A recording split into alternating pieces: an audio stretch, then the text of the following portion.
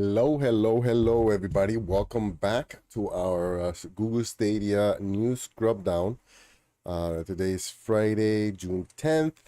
I haven't really been streaming all week. I streamed yesterday some Amazon Luna stream, but I've been missing every stream because I was sick. I was coughing a lot. If you didn't know, I had COVID, or at least I tested positive for COVID on Sunday.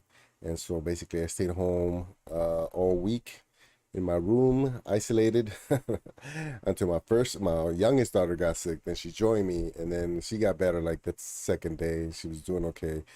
So we tested her; she was good. And then now my oldest is with me here in the room. So I decided to do this because I haven't been coughing as much. I'm okay. I felt good after the only rough day was the first one. I had headaches and I just didn't want to take any medication like Tylenol and stuff. But I ended up just giving in and took it, and I was okay.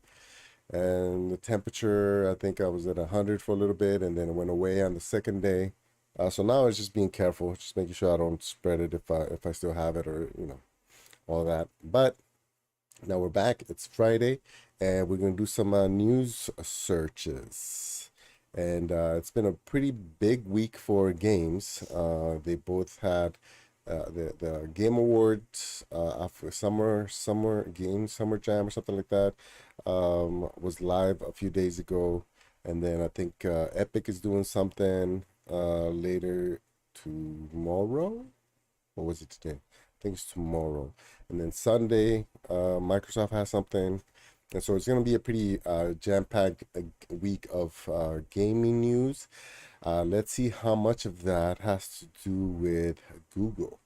All right. So right off the bat, the stories that kind of popped in my head. So we're going to skip over these if we see them because we saw them already. Was that Capcom released a demo on their own, I guess, store.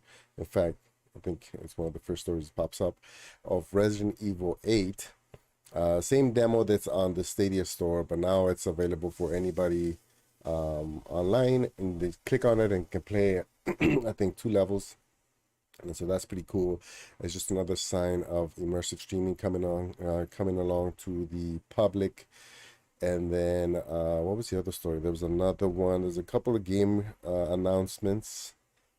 And that was about it. I can't remember the name of the games. Boom, boom, boom, boom. They'll pop in. I'll mention them. I'll point them out when we see them. All right, so let me go ahead and switch screens. All right, as you can see right here. Let's see. The first story is Duke Nukem is getting a movie from some guys who Capcom has launched a demo. Oh, okay, so right there, that's the demo, Resident Evil Village. That's powered by Google Stadia Cloud Gaming. I saw the second one, and I thought that was, I didn't realize that the first one was also about that. So that's the first 2 stories right there, 4 hours ago, 6 hours ago. You can try Resident Evil Village in your browser right now.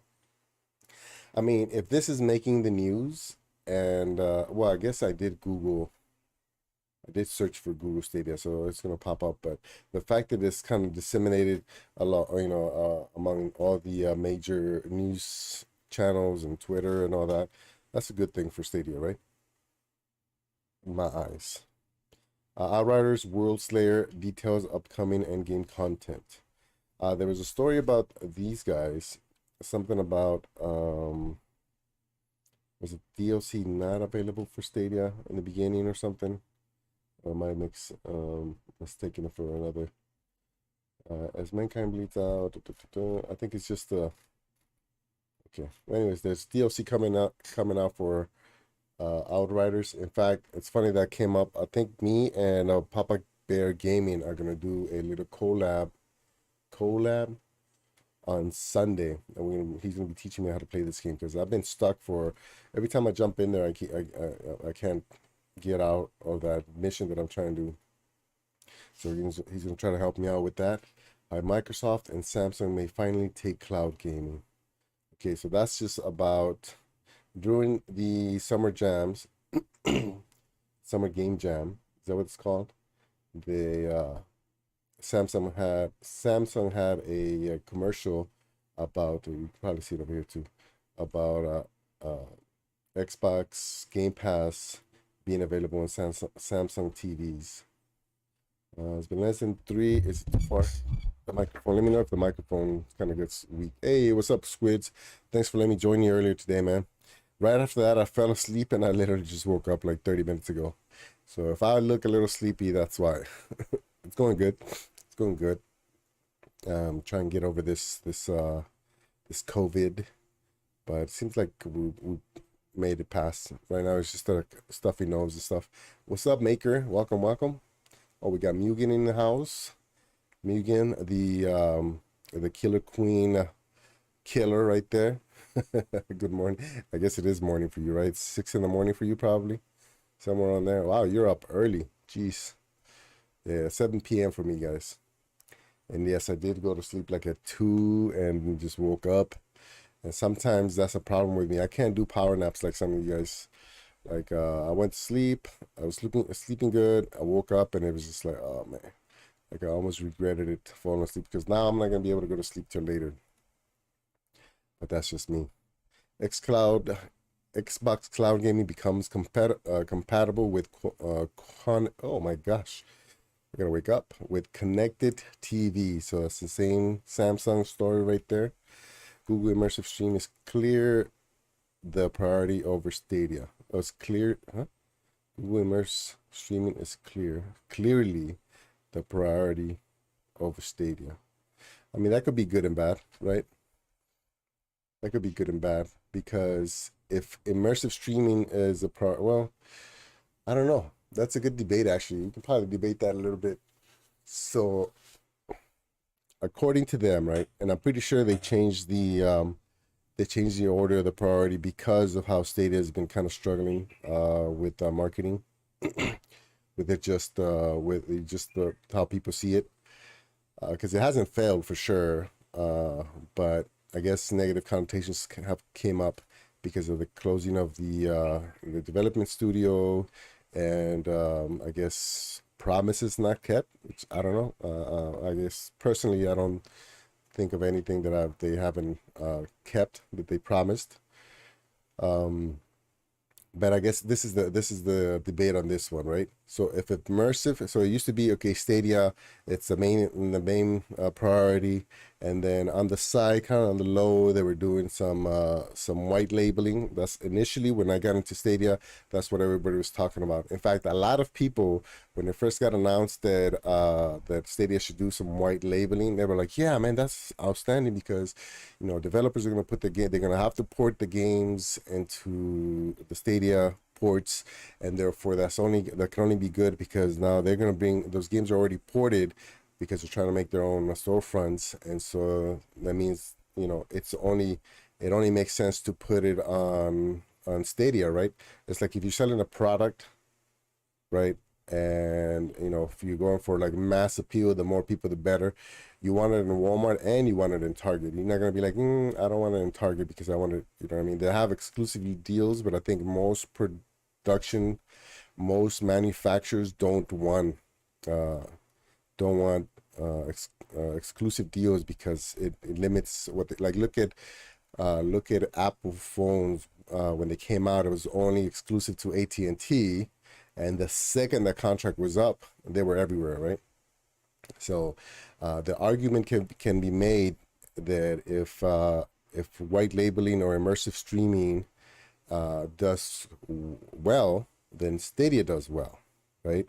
Now the counter to that is, well, if these developers can put their like if they can put their games on their own storefront, why would they want to put them on Stadia, right?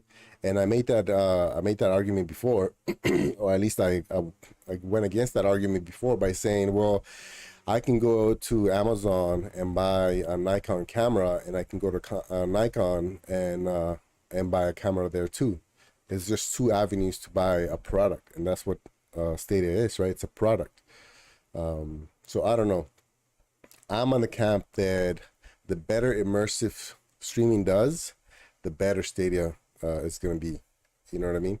Because again, there's going to be more developers aware of the technology because they want it in their storefronts. And hey, if they already have it available for direct customers on their website, it does not hurt them at all to be able to put it on Stadia where they're going to have their own customers, right?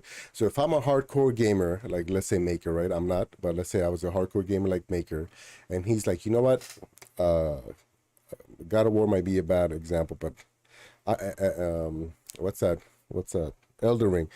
I'm a huge Elden Ring fan. Let me go to the website to see if there's any DLC that I can buy, or if they have any news on the Elden Ring 2 or anything like that. So I go to whoever the developer of Elden Ring is website, and I'm like, oh, look at that.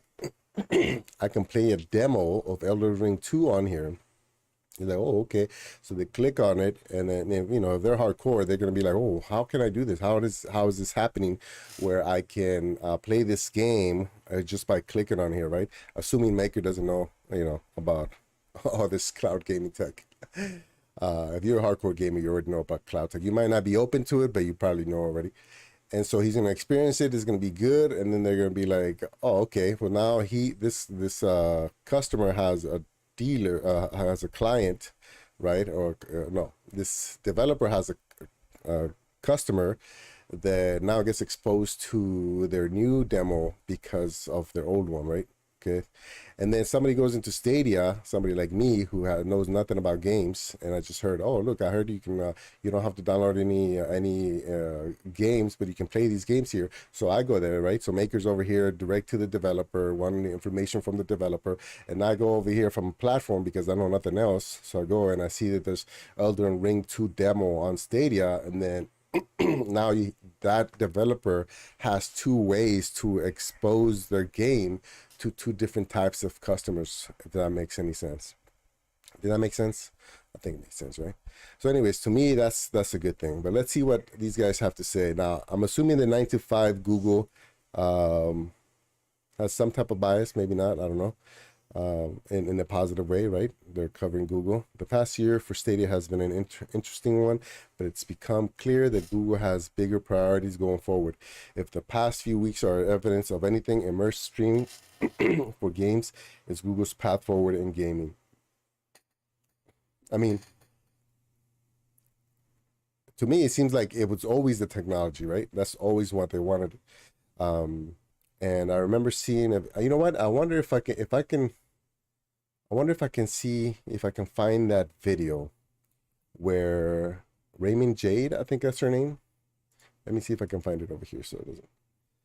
Raymond Jade was talking about her biggest worry was having enough games for the platform, and she specifically said 2 years ago when Stadia had just launched, is that her biggest worry is that they're not going to have enough games. They're not going to be able to keep up with the game, something like that. Let me see if I can find Raymond J. Well, actually, was it Stadia Live at Google or something like that? What was it? Is this one working on the Stadia team? How Google does gaming. Okay, I think this is it. Hi, I'm looking. Right here. That we had at GDC and the vision that we talked about last year See that, right? at GDC, and that's going to be real stuff in 5 years that people will be able to play. Somewhere around the end here. The opportunity to rethink things a little bit. One thing that I've found that Google is really good at is automating a lot of things. A lot of things that are just tedious, that kind of... Hold on. Good checkpoints in place. Game as a service game is very different from what you do in a concept phase for a narrative-based game that's mostly about the story. And so what we've done is, given we have the opportunity to redesign this process from scratch, we did it with that knowledge in mind. So we created a framework, but a flexible framework where each step along the way, it's the team's responsibility to help define what for them makes sense to deliver at the end of those phases with regards to the type of game they're I'm going to drop the link right here. See if you guys can find it. Well, they'll be defining as But they go. watch Cool. it. So I think and we have the last question here. Well, actually, it might be this one. And this is an interesting one. What are the highest hurdles that you feel Stadia has run into so far are, and how do you plan to clear them? Maybe each of us can take a quick swing at this, but Aaron, what do you say? Waiting for the other girl. Is bringing food. I think the biggest hurdle is, content. We have There it is. I think all of the exciting features that Stadia is bringing Okay, forward acknowledging don't the mean anything technology. until we have the games that utilize them and make them exciting for players, right? And so, we feel, I guess, especially in our group where we're making the games and responsible for bringing those things to life, like we feel like we've really got to get cracking and get those awesome games that demonstrate these things out the door. And obviously compared to a lot of companies that have been making games for a long time, we have a lot of work to catch up, even with the basics. So it's really all about the content and getting the content that's the proof of how exciting the platform is. Yeah. Okay, so that's the video that I talked about it before, right? And so obviously it doesn't age well knowing that the studio got shut down and she's no longer there. But while she was there, she understood that was an issue. Maybe Google didn't realize that was going to be an issue, and that's where some of the missteps were. But while she was there, while Stadia was being developed, there was somebody in the leadership that understood that, and so I'm sure they were working on it, and then they just somehow along the way decided to changed their maybe their reporting process was just entirely too troublesome, and therefore they're focused on that now. But at some point they knew, even now they must know that the games and the platform are important. You know what I mean? So I think that's a good video to show, because that was 2 years ago. If you check the link, the upload time was 2 years ago, somewhere around, probably closer to 3 now. Sorry about that, guys. Keep not coughing, but let's see. Stadia exchange new games on Stadia. During the week of June 6th, no new games were added to Google Stadia. The only notable release has been High Owl release of Elder Scrolls Online. Welcome to the High Owls. Google has added 28 new games of Stadia over 6 months until this calendar year. In 2021, Google delivered 107 new titles to the Stadia library, and the company promised at least 100 new games during 2022, a tall order at this current rate. Well, I think MM2K was talking about 20. So at 2021, around this time of the year, halfway through the year, there were 47 games out, right? And so, another 6 months and they only needed 50 something more, right? I guess 60 more games to make that 100. But in 2020, the year right after Stadia released, they had the same amount of games, 28 games in the middle of the year, and they were still able to make it past 100. So, I know I'm a Stadia fan, obviously, so it sounds like I'm defending them, but you also got to give everybody the benefit of the doubt. You know what I mean? You can't just assume that because it's Google, then they're going to shut it down. Maybe it's true, and then you'll be right, 2 years, 3 years, 5 years, 10 years from now. Eventually, if it shuts down, you're going to be right. There's people in that camp for Xbox. They're still waiting for Xbox to shut down. You know what I mean? And they might be right. Maybe cloud gaming is what takes the consoles out of the game. But, you still got to give them the benefit of the doubt. Oh, Saints Row, that's the other one. Okay, that's the game that I was talking about, got announced this week. Okay, so we got the demo. Okay, this is just a rundown of the story. Oh, look at this. There are no plans to bring this update to golf with your friends, which is a fun game, but it's a very, very frustrating game. Supposedly there was no DLC coming to it. I'm okay with how it is now. Last month, an error. So I still haven't gotten my breakpoint save back. This happened live when we did the show a few weeks ago. Then we were 6 hours in when we found, or 28 hours in, I guess you can say, 6 hours since it had been reported that since it had been covered that the breakpoint saves were gone. Mine's still missing. An update. World War Z is gonna have a crossplay update. Okay, so that's some of the news that we probably heard about already. Let's see, bandwidth boosteroid fully lands in US Xbox. You know what I want to do? I want to try all these cloud services. So I think, and the reason I thought about this, I thought about it before, but the reason I kind of want to lock it down is that Utopics, was that one of the services that was highlighted in the Samsung TV commercial? It seems like there's this service that nobody ever heard about, and then all of a sudden they started getting some traffic. I think Cowboy checked it out in one of his streams, and there was like 1,300 games. I mean, to me, I can't tell what's good games or bad games until I play them. But you know, some people are saying they were like old school, you know, direct to video type of games. But it's only $7 for a month. So I think I'm gonna do that with all the services. I did it with xCloud. I did it with Amazon. Or did I do it with Amazon? I did not. So I'm gonna do it with Amazon Luna. I did it with xCloud because they had the $1 for, 1 month for $1. GFN, I got 2 free priority months from Vet. I won a sweepstakes with him, a raffle. So I want to do Shadow PC, which is gonna be kind of, I don't know. I'm not super sure about that one because my game library, Steam and Epic isn't great, but I'm gonna try that. I'm also gonna try Boosteroid, and I'm gonna try that Utopics, and kind of run it, and Luna obviously, and run it for that 1 week. So just all week minus this show.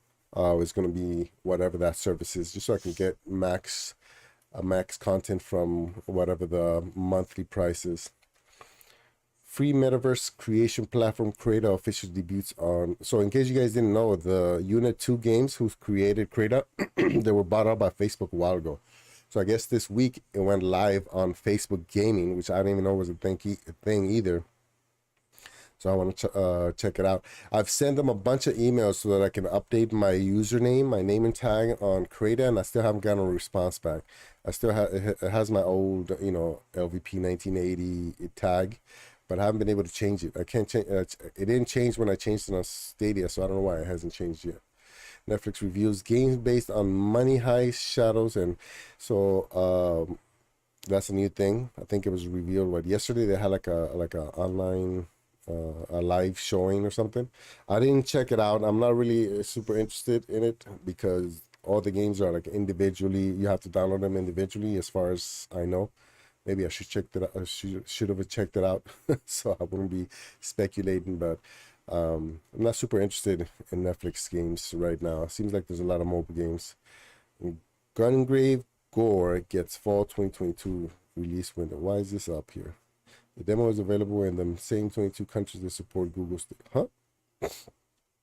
Wait. What? What does that have to do with Stadia? What up, Primo? We're good, man. Geek to Sneak. We're checking out the news that might have been missed during the week. This might be something new. What is this?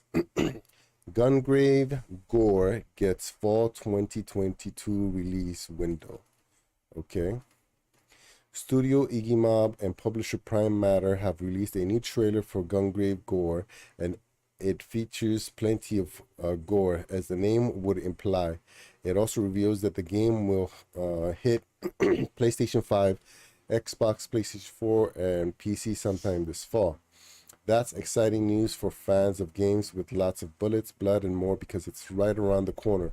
Gungrave Gore was first announced back in 2021 with a flashy and again very gory gameplay trailer. If you're excited, be sure to watch today's new trailer. Gungrave Gore is about the anti-hero Grave doing what he does best, mowing down undead targets. Okay. It will release sometime this fall. Wait, what does that have to do with? Control F. Why did that come up?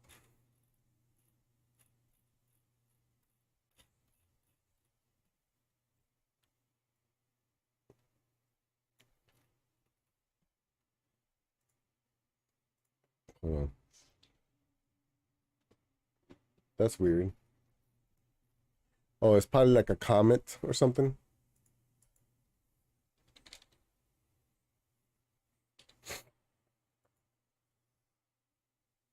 How do you? Oh man, no. Okay.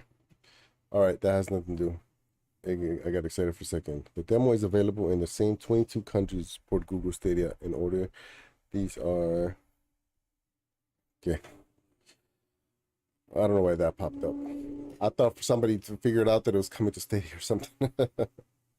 Oops, never mind. Expects to keep communities from Activision Blizzard acquisition. The demo is available in this. Oh snap! That's why. Oh, it's still gonna keep popping up. You can now stream Resident Evil Village. Okay, Destiny 2 Zer location. Where's Zer today? The Last of Us Part 2 has reached 10 million copies sold. It's funny. I wonder if they just took that off of what the guy said during the live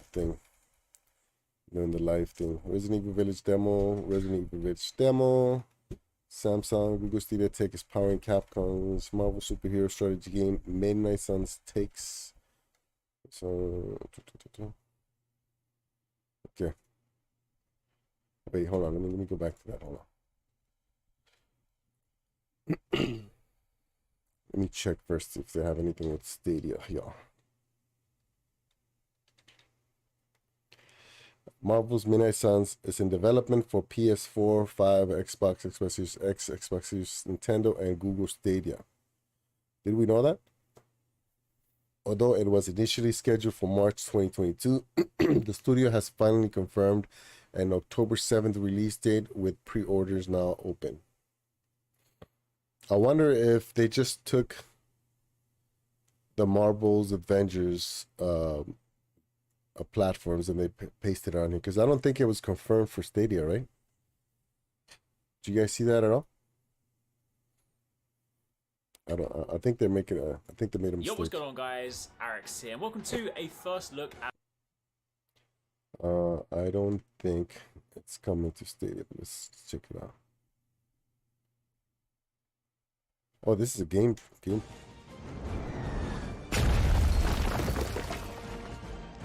Regroup and focus. Is this a game that they're playing it? Oh, it's like a turn-based game.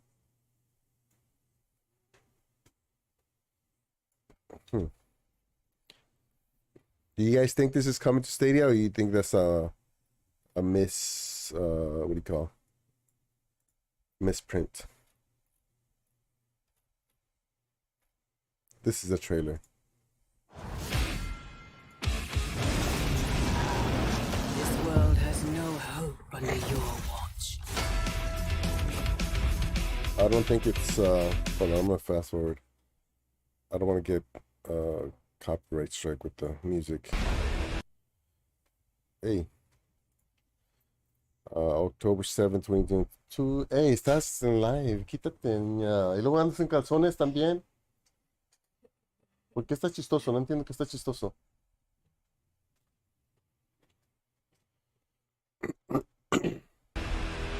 Let's see. It doesn't say anything about Stadia, right? Oh, there it is. Yeah, see, I saw this and I didn't see any Google Stadia anywhere. Yeah, it must be a misprint. It's all right. Yeah, the only time I saw Stadia show up on that Summer's Game Jam was, yeah, I don't think so. I think it was a misprint. The only time I saw it was in the Samsung TV. I saw the Stadia logo, in fact, right here. And then I saw it somewhere else. I can't remember the game, but it popped up at the end. And it was a game that was already out on Stadia. It was like the new iteration coming or something. New DLC, I forget already. Outriders World Slayer release date. Xbox games will be available to play on Samsung Smart TV. Meta brings users-generated game platforms Crata. Meta brings, okay. Warning, many motions monitors could break today. What? The gaming hub installed on those devices can already deliver games from Google Stadia and NVIDIA GeForce Now. Xbox is a rather large brand. Okay. Yeah, it has to be an error, yeah, because I remember seeing the trailer live and I didn't see the logo, Stadia logo. So, and the Humankind, yeah, Humankind, there we go. I didn't see an Outriders. Was there an Outriders DLC during the live? Probably, yeah. I have bad memory, man. That's why I can't do like standalone videos with news and like try to like write a script and read it out. I've tried it. I'm telling you, I got videos on this channel where I tried to do a script and it was terrible. And I don't know what it is. I don't know if it's just the way my brain works or if it's just the way my language skills kind of, mess me up. I don't know what it is. Yeah, it was the Outriders DLC, right? And I think that's the only times that I saw Stadia pop up. The new tech that would define the future of gaming. I think we saw this before.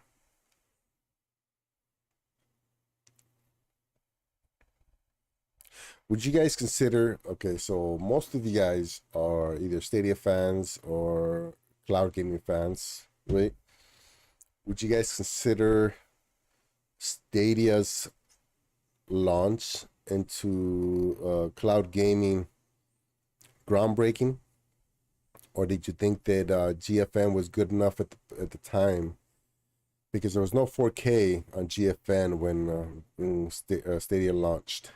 And I mean, admittedly, not every game on Stadia was 4K.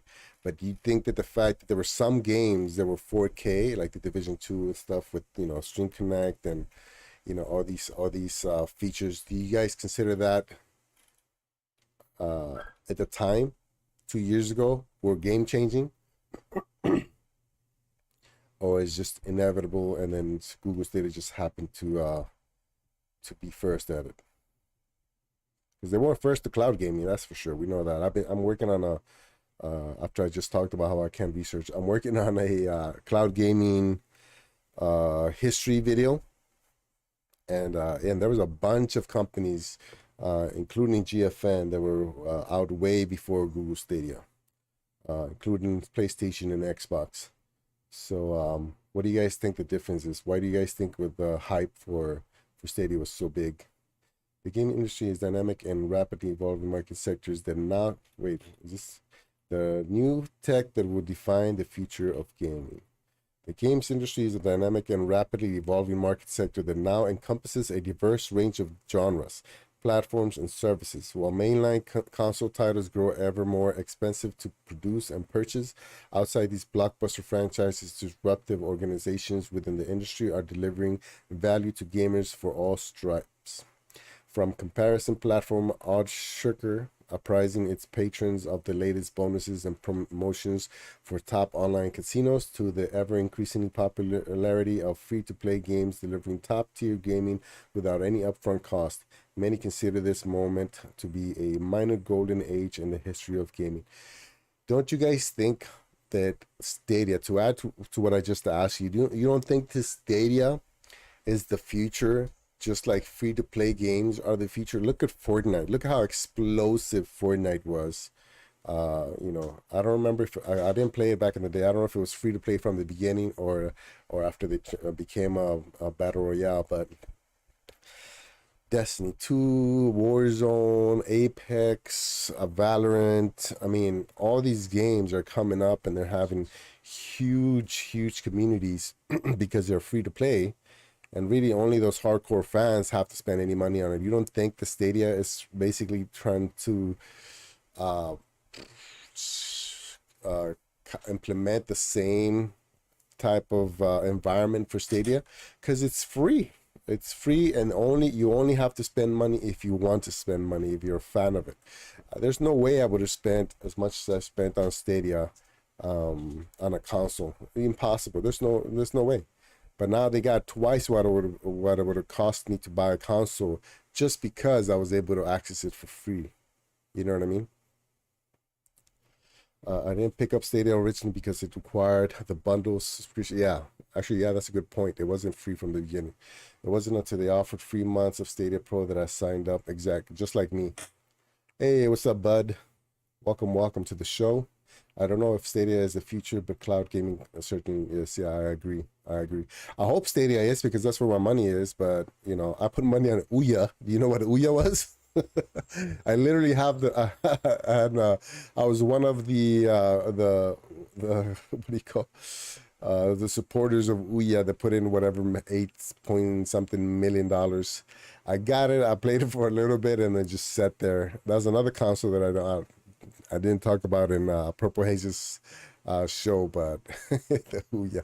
I had fun with it. I wasn't like I said, I wasn't a hardcore gamer, but eventually it just got weird with all the different games. They were just crap. I think Stadia is trying to be free to play games, but they don't offer enough free to play games.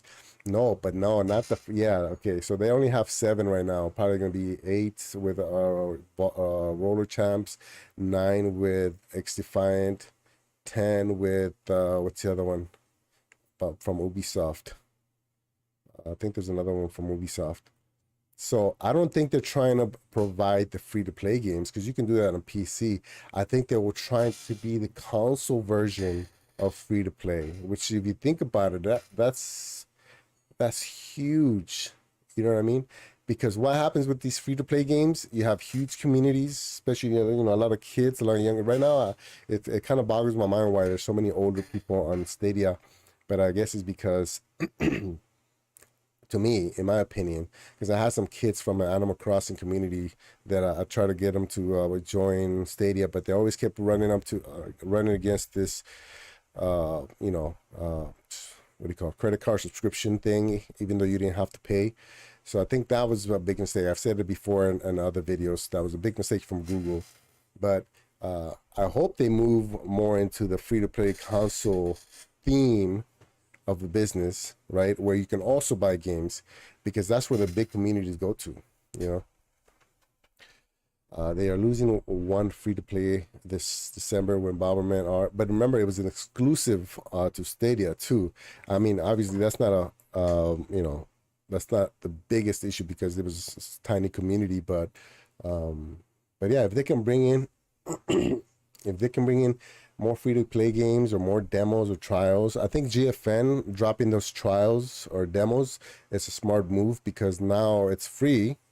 The trials are 30 minutes, so even if in the free tier you can still do, well, you can do unlimited because every time you relaunch it, your session restarts. So I think GFN is I don't know if that's a response to Stadia having trials and demos, but I wouldn't put it past them to see that as a competitive advantage on Stadia. You know what I mean? Because it's already free. Now you don't even need a subscription to see the store and the demos. You can literally just go to stadia.com/games and try the trials and the demos right off from there. So I think it was a good move from GFN because Stadia is, whether they did it on purpose or it was always part of the plan, they definitely have people not scattering is not the right word. They have people scrambling, right? I think that's why Xbox came up with you can now play your own games on Xbox because Stadia can't beat that. You know what I mean?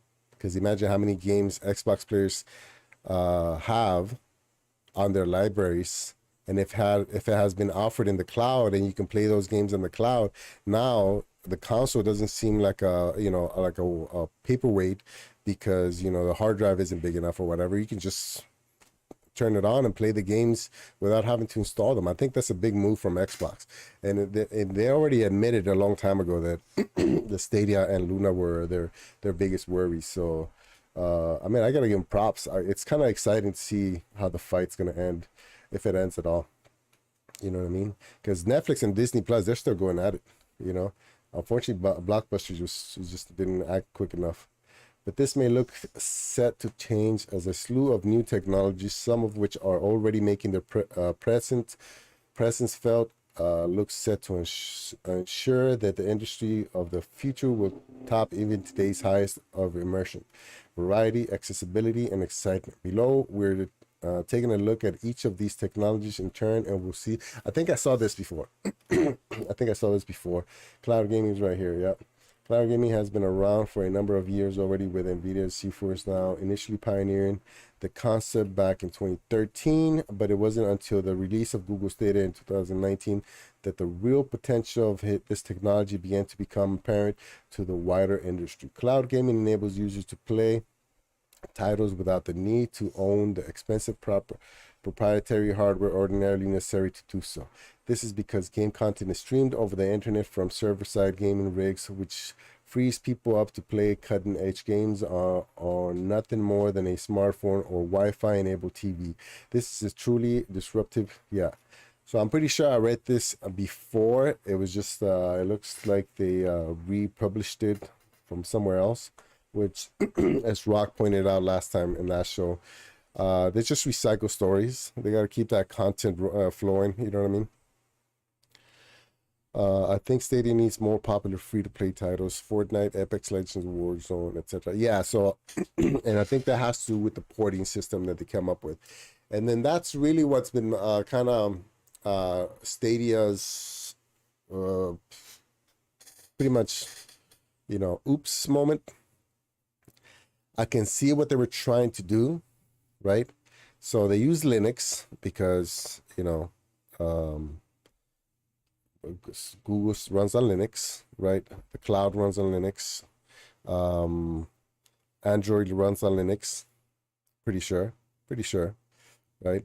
Mac runs on Linux, right? That's why, how do people play games on the Mac anyways? That's a good question. I don't even know. So I think it was a narrow view for them. They should have realized that, hey, you know, a lot of games run on PC. I mean, that's, you know, PlayStation, Xbox, PC, right?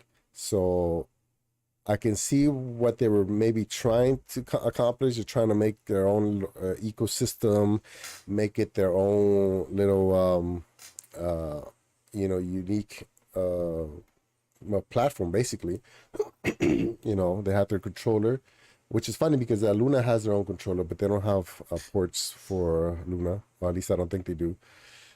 So I can kind of see what they were trying to do. They're like, okay, well, this is our technology, so we're going to keep it to what our system runs in, right? Which is what Mac does all the time, which is super annoying about Mac or Apple.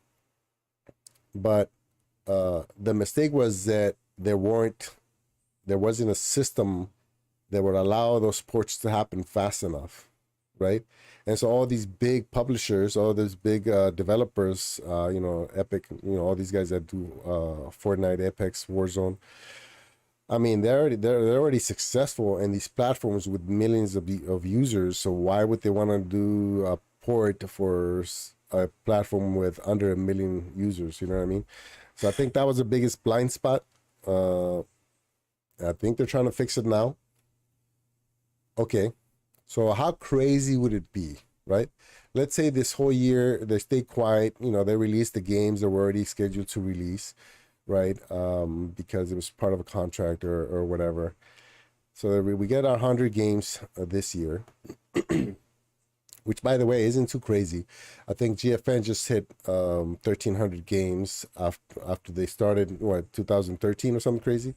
So, you know, 100 games a year is pretty steady.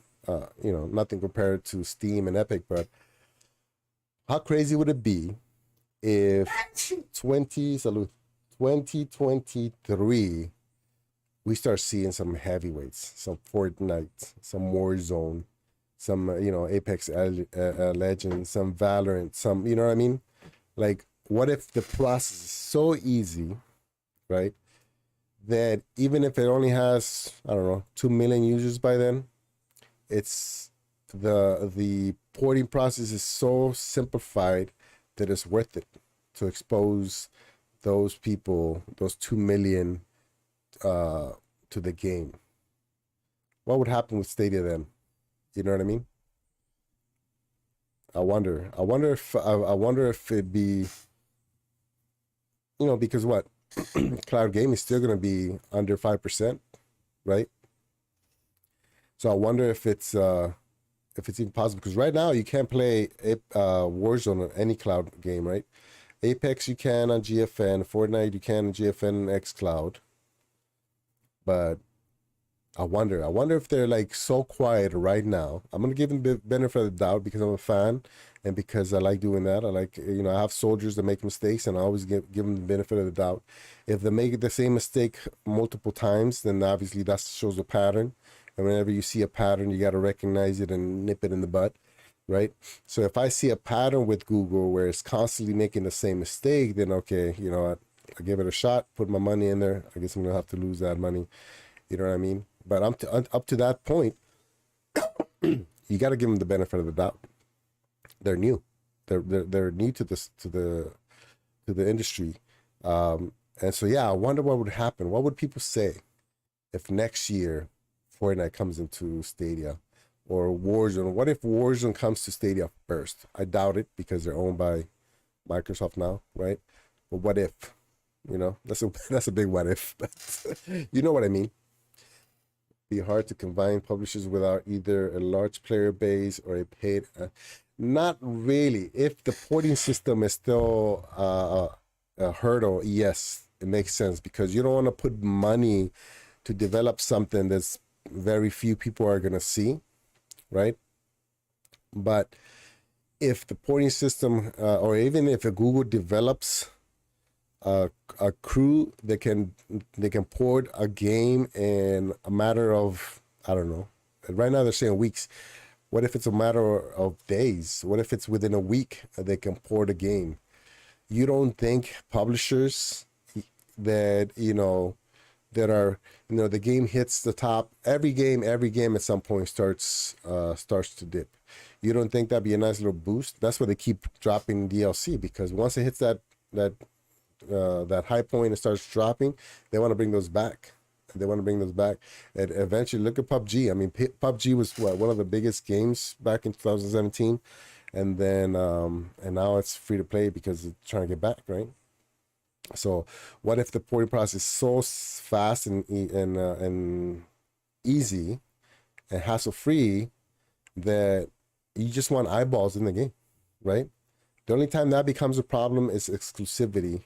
And so that's why Google should be worried about all these companies, all these Sony and Xbox buying all these developers. But if it's not for exclusivity, you want eyeballs in the game, right? GFN still lacks a lot of big publisher games, despite them doing the porting process without the need of the game stuff. Yeah. Oh, I see what you're saying. Okay. But now is that so? Let's use God of War as an example, right? That's an exclusivity thing. You don't think? You don't think that it was just like a test to see if it was possible, and then Sony's like, okay, it's possible. Let's put it in our system. You know what I mean? Just like when Disney Plus came up, they pulled everything from Disney off of Netflix. You know what I'm saying? So that's the only time I see it as a reason why you don't want to be in a specific platform. Either that platform is maybe toxic or it's not part of your brand, or exclusivity. You want them in your, you want them on your system. Even with the easy reporting method, there are still tests and processes that will publish updates to a platform. Yeah. So like I said, that's what's going on with Fortnite, right?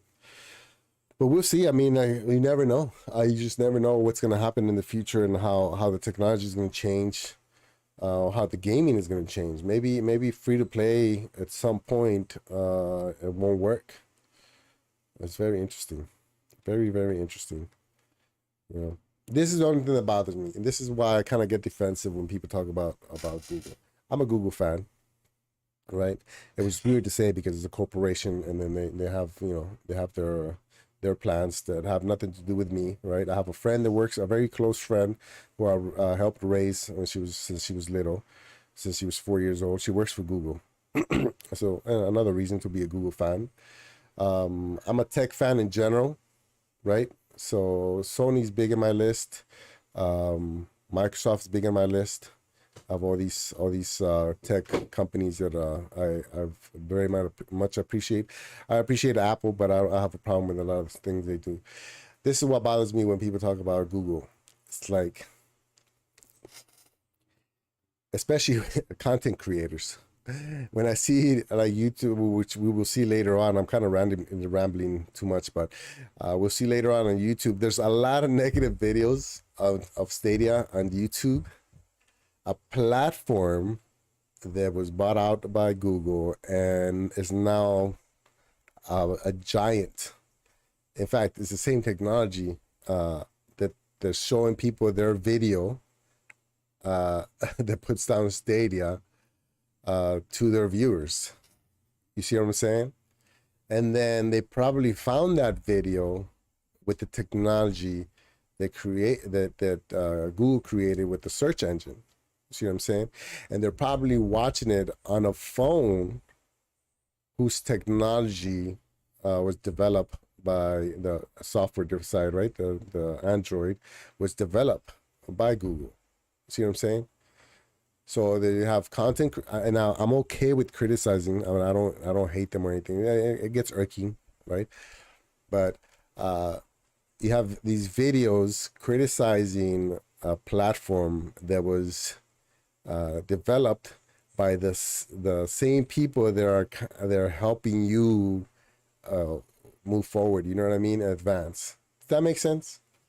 Right? You have a video and a platform that puts down. I guess you're allowed to do that. I'm not saying you're not allowed to do it.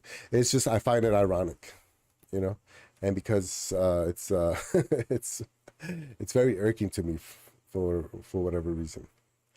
Samsung QN90B, and they don't do it with the other platforms though. That's I guess everybody does it with everything. But it's just funny to me. Yeah, you're putting video out on a technology that's ran in the same system as that video. Estoy haciendo live stream. Luego.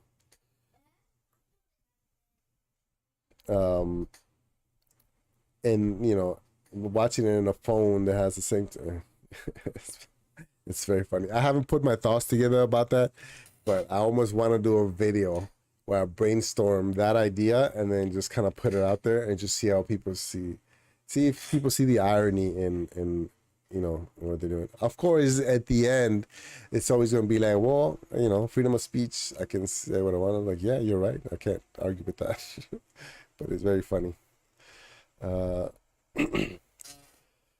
Sony signed up for GFN mostly likely to see if it would benefit them. It seems like having the game on GFN wasn't worth it for them. Yeah, I mean, especially because people still have to buy it, right? Unless you have the game, I don't think people are just gonna buy it so they can play it online. I wouldn't do it. I'm a tech fan. Also, folks never gave Stadia a chance because if they did, most would like it. That's what bothers me. I got into like this little discussion with Cloud Gaming Battle channel. I know I should stop. I shouldn't get into like comments, arguments, but I did. And then I was like, well, they put a video out. It's very biased on how Google is bad. Stadia is okay. Google's terrible. Blah blah blah. So I'm like, well, the Google bias is thick on this one, and we literally just went 20 comments through, and I was at the end of the day, we kind of went around in a circle, and I was like, well, okay, so my original statement about you're not liking Google, even though Stadia is great, is, you know, we're back to that. So why don't you make a video that says Google's great, Stadia marketing is not, right? And I mentioned what I just mentioned, and that's how he got into like Stadia marketing. I mean, Google marketing, and not into like general Google, because he was in a Google platform, probably using Google, you know, technology. So he made literally at 24 hours later, after I was like, well, I look forward to the videos called. I should show you guys the link. No, I'm not going to. You guys can find it. I look forward to the video about how Stadia is great and Google marketing is not.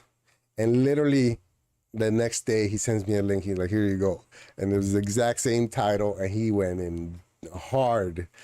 And it still bothered me because obviously he was doing a lot, he was hating a lot of things about Google, but I give him props because he kept it very on brand. You know what I mean? Stadia is great, but and then just railed on Google marketing. So I was like, okay, I give you that. respect. You can Google that. I wouldn't be surprised if it shows up at the end of this show when I go through YouTube. I'm a tech fan.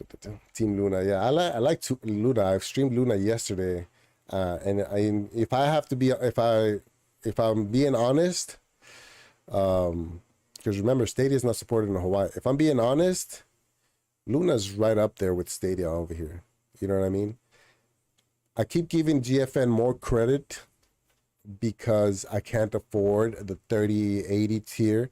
So I'm assuming that the 3080 tier is way better than Stadia. So now I have to be careful.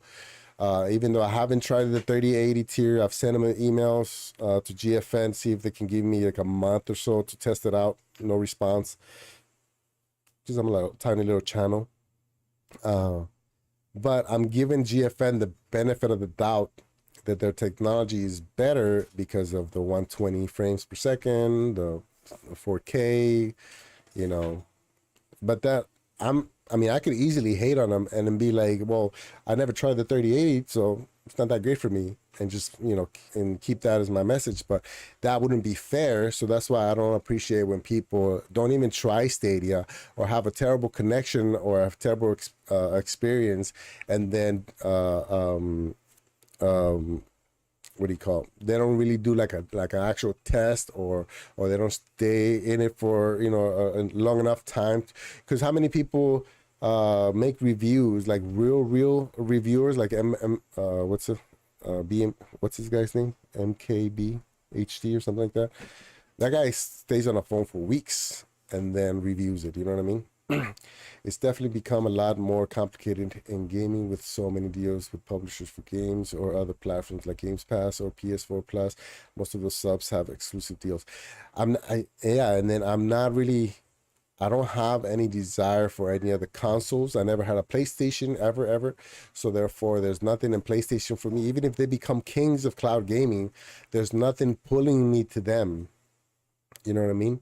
Because I have to pay for it.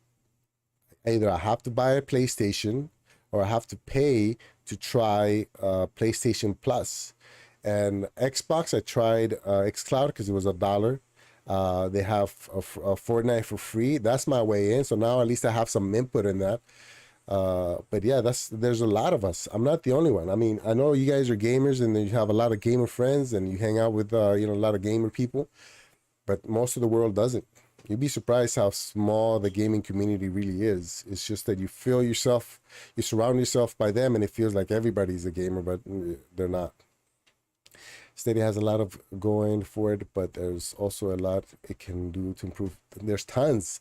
I mean, there's tons that it can do. It's 3 years old. I mean, I've said it every time. I don't like the notification that pops up when my internet is choppy. Luna does it better. I don't like that every time I close my browser or I change screens, I have to relink my controller. Luna does it better.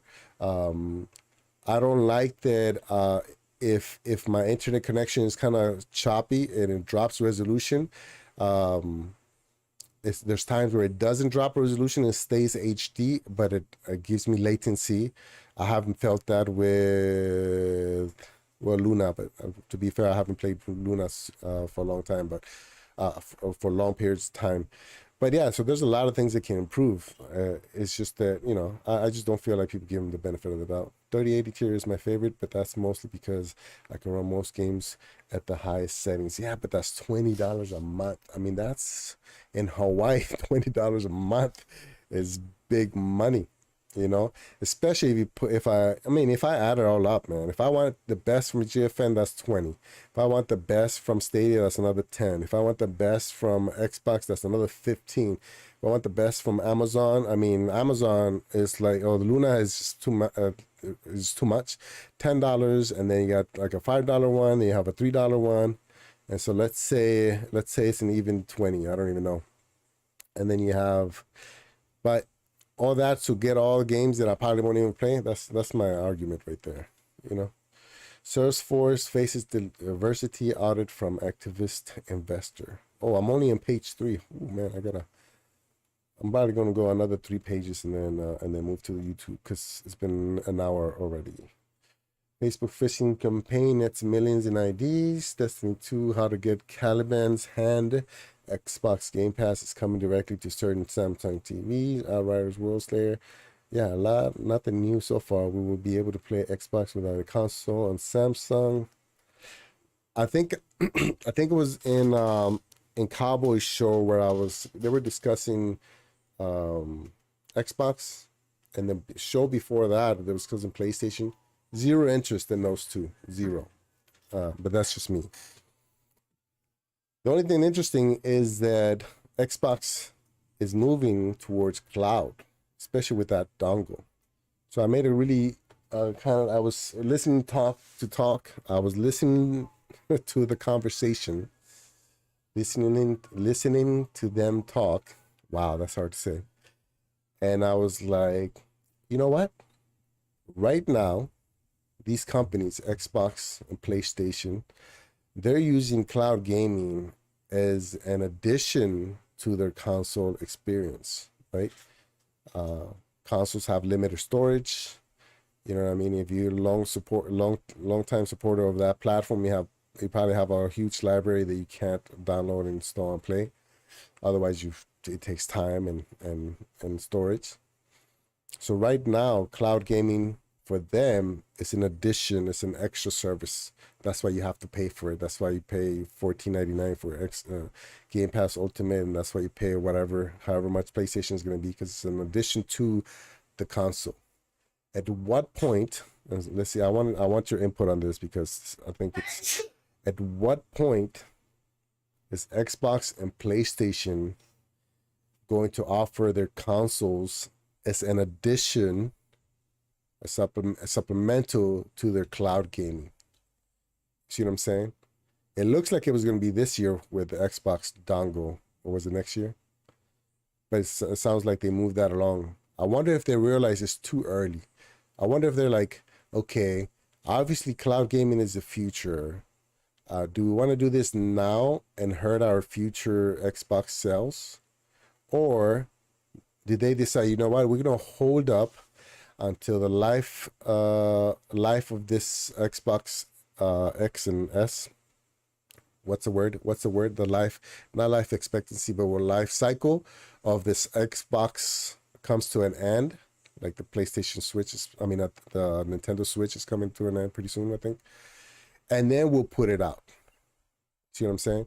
So when we realize that any more consoles are not going to sell like they sold in the past, that's when we'll drop this dongle, and that's when we'll start dropping all these apps on TVs. Maybe this is a test for them.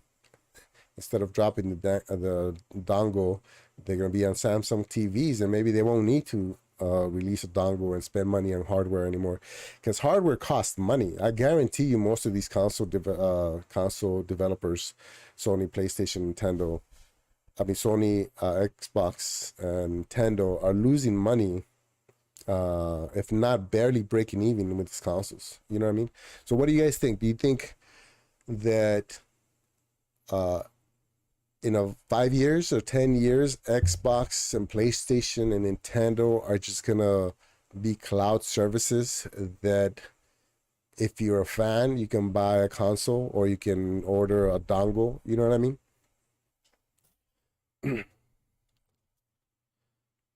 Slower than expected. Yeah, and I think it has to do with the internet infrastructure still. So I don't put it on the cloud gaming providers yet. Hey, what's up, Winstar? I saw you earlier. I don't know why I didn't acknowledge you. Ron Slusher, yeah, me and you, man. Luna all the way. I think Winstar is a Luna fan too. I just can't spend the money. Another $10 for games that I'm not gonna play. I send Amazon Luna a message to give me a month free. I'm gonna do the 7 days just so I can try it out. I've been enjoying GFN 3080 to play Witcher 3 on the go, occasional Apex and now Mass Effect. Yeah. So clearly for you, $20 a month for the 3080 is worth it, right? But I think you're the exception and not the rule. You know what I mean? I also think some people live in areas where streaming isn't viable. I know a few areas near me that get a really slow speed still. Yeah, but then, okay, hold on. Let me before I answer that, let me read the other one. U.S. for sure needs another 7-10 years to improve its network infrastructure. I like how Wilson was making fun of us. Was it Wilson or Holt? I think Holt was making fun of the Americans' internet infrastructure. I think consoles will be around for a bit longer. They need to be appear for everyone, same as like how vinyl players are around. Okay, but how many vinyl players are around compared to how many vinyl players are around now compared to 30, 40 years ago? You know what I mean? And at what point are consoles just going to be for decorative purposes? And not, because people want to play them, So going back to like Maker, right? And how Holt was making fun of the it seems to me that because I take my Nintendo Switch when I go to my training because I'm in the woods, infantry driver, so I'm in the woods, no batteries, no power, so I take an extra big battery pack. And then I try to play a game, and that game requires you to be online to play it. The only games, I have 5 games. Okay, 5, 6. Okay, kind of. So I got 5 cartridges, 5 games. You can see them right there. Somewhere right there. 5, I think it's 5 or 6, because my wife got the ring. I don't count that one, but so I got, let's say, 5 games that I can play offline because they're cartridges. I got Animal Crossing that I can play online, but the fun of Animal Crossing is being able to go to other people's islands. You need online for that. I got Monster Hunter because somebody recommended it. I like it. I like it a lot. You can only play the village quest. I'm pretty sure, right? You can only play the village quest, which are completed on offline. Everything else is online. And so it's like, even when you look at consoles today, most of the games on there, unless they're old from a certain period, but most of the newer games, they're online based. You know what I mean? Indies are the ones that are on. A lot of them don't require you to be online, but that's what people complain, that Stadia has too many indies. My upload speeds are capped at 12 megabits. Sorry. I've been eating a lot of mangoes. We have a huge mango tree in our house, and they just keep dropping. So if we don't pick them up, all the bugs start eating them, and the birds start coming. And so my wife literally has, buckets and buckets of mangoes that she's trying to figure out how to get rid of. So she's making, she just made some mango salsa. She made mango whipped cream for pancakes this morning, mango jam. I ate like 2 mangoes with chili and salt and lemon earlier.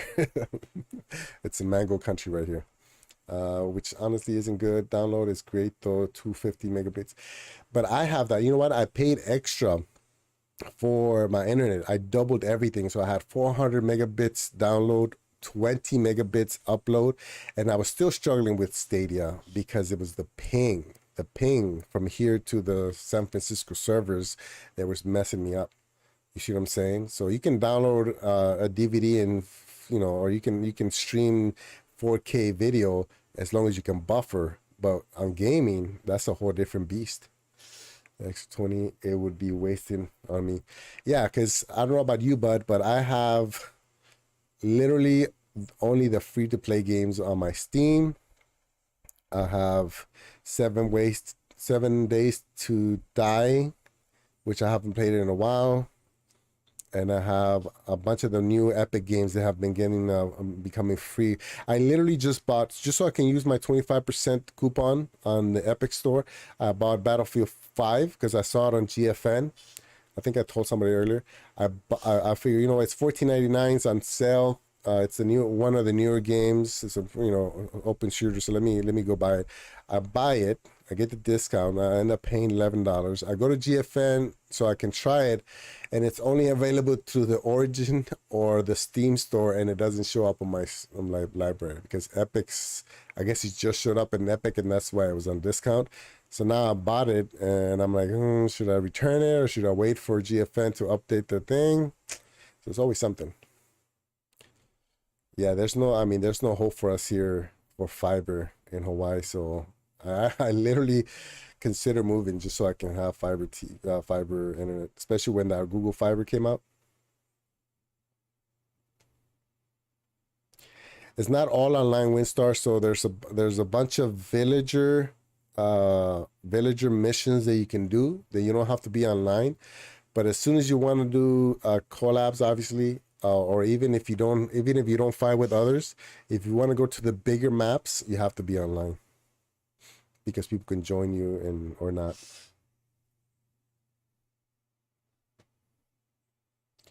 I think you can still use it if it's registered to your Origin account.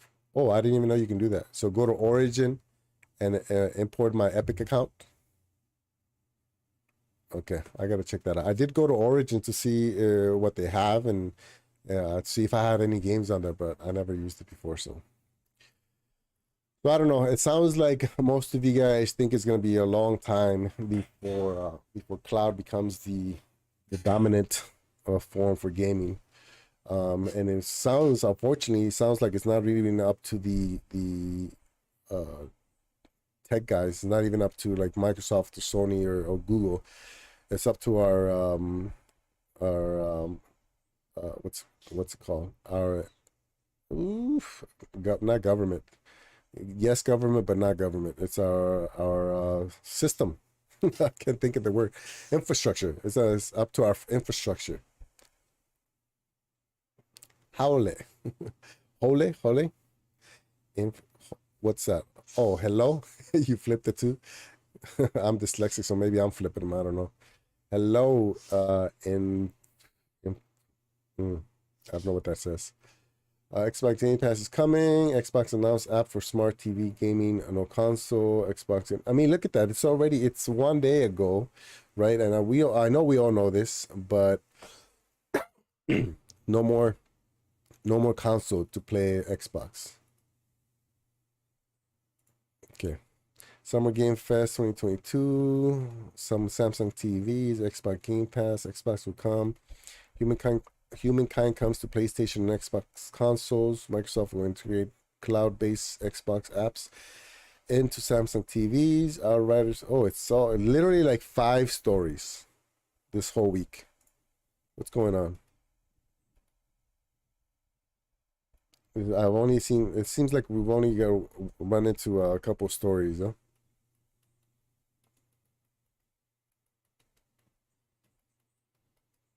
Mark Zuckerberg launches Credo. Wow, that's really it. Console-free Xbox gaming. See, already they're see, it's all about the terms you use, man. It's all about the terms you use. Console-free Xbox. It's 15 pages and it's like 5 stories each. I'm just gonna scan through real quick. Why we need a Chromecast Ultra with Google TV? I don't know. Somebody said that they prefer the Google TV. I prefer the Chromecast Ultra. I have 170 games on Stadia and maybe played 1/3 of them. My backlog is massive. Mine's insane. I have 198.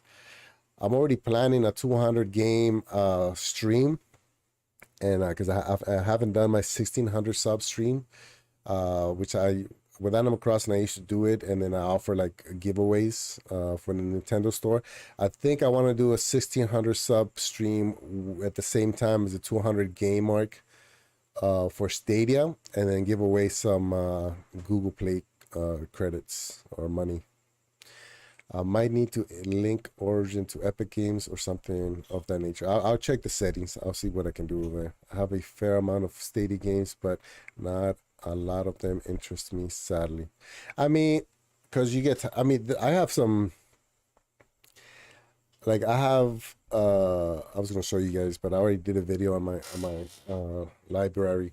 I mean I have a lot of interest in these games, but there's just it's almost like I don't want to start another game without, you know, finishing the last one that I was working on.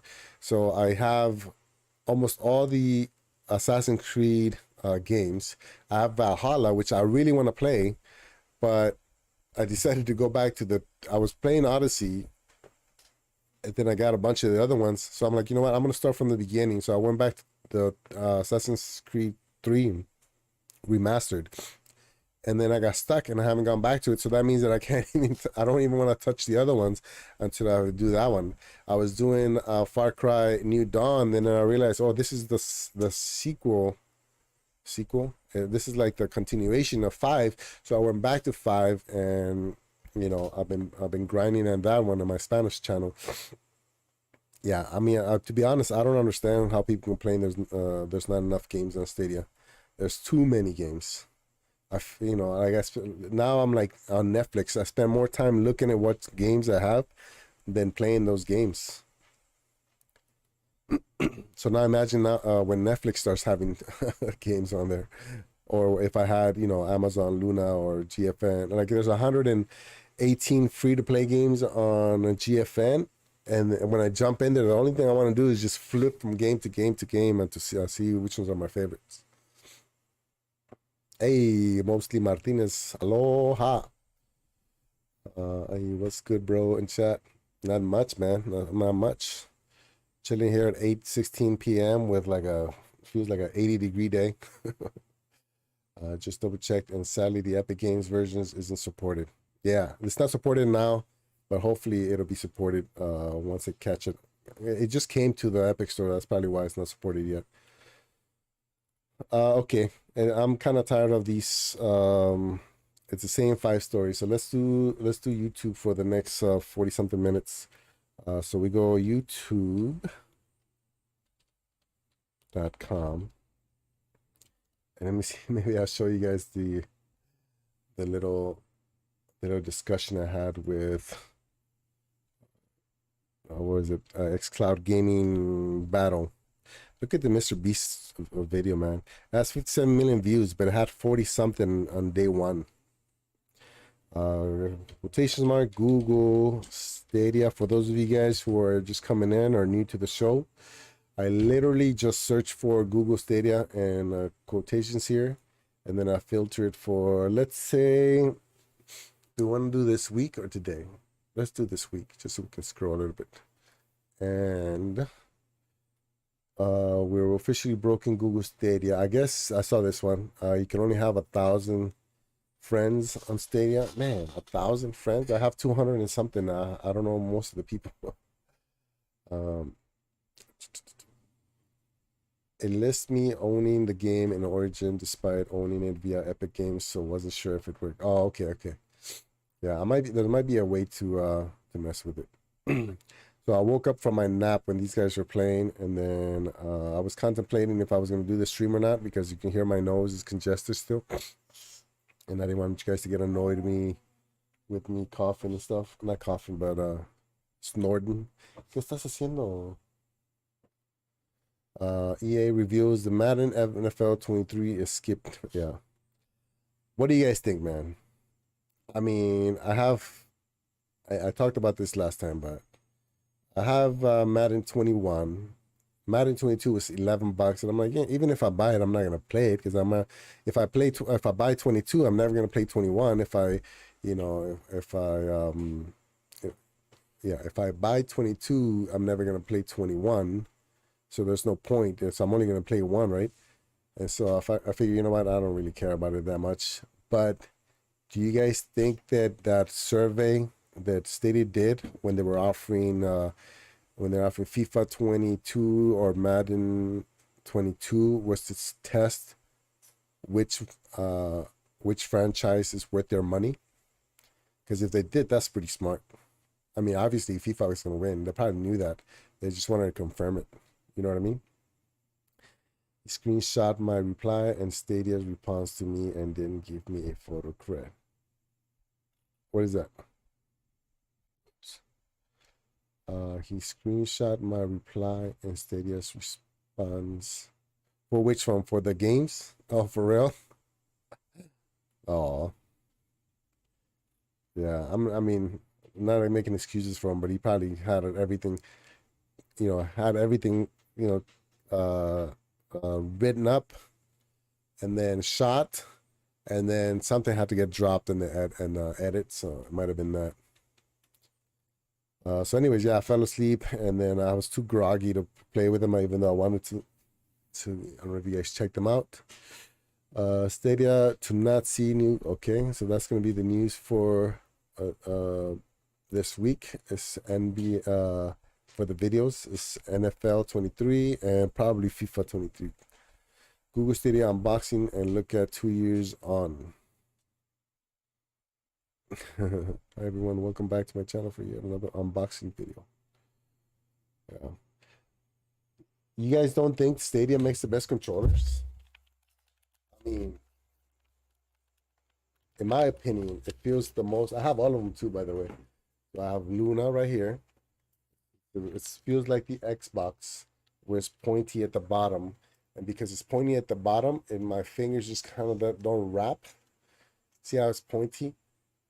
Well, you guys know better than me, right? And it just doesn't wrap as good. It feels like I'm like holding it extra tight, right? But the Stadia controller is fat, so it feels like nice. Feels nice at the bottom.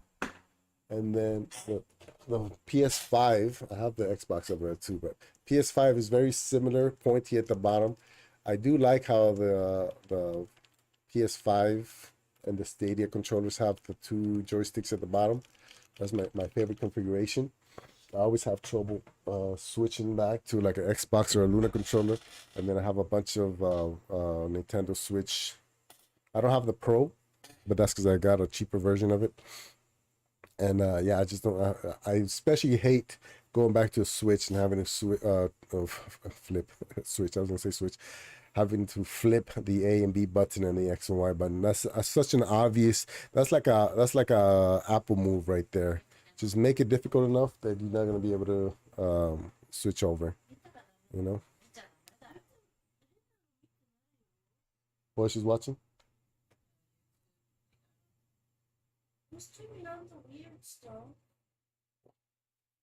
Cosas para niños nomás, ¿o qué? Solo tienes 10 años, no puedes mirar cosas. Solo para niños, ¿o qué? Okay. Let's see. I like this thing. It's my favorite controller. I mean, I want to hesitate saying it because I already sound. You look at my YouTube channel, there's obviously some bias there. But as soon as I felt it, I'm like, man, this feels good. And ironically, this is good. So how many, before I keep going, man, I asked you guys earlier, so how many of you guys know the Ouya? The Ouya. I'm going to spell it right here. Ouya. How many of you guys know that system or that story? Some of you guys might be too young. I like the Stadia controller. My favorite controller is the Xbox Elite version. Oh, but that's $200, man. The cheapest I've seen it was $179. That's a Nintendo Lite or Switch Lite. I like Raxor Wolverine, then PS5 and Stadia, then Xbox 4. I like I don't know what the Razer Wolverine, then PS5 and Stadia, and the next one. Yeah, I mean, Stadia's #1 for me, man. The controller, and then PS5. And then the other ones feel all the same to me. Like PlayStation 4 controller over the PS5 controller. Yeah, I haven't messed with the PS4 controllers. I like the Switch Pro, but yeah, I hate the button swap. It's an obvious way. Okay, so don't make fun of me, okay?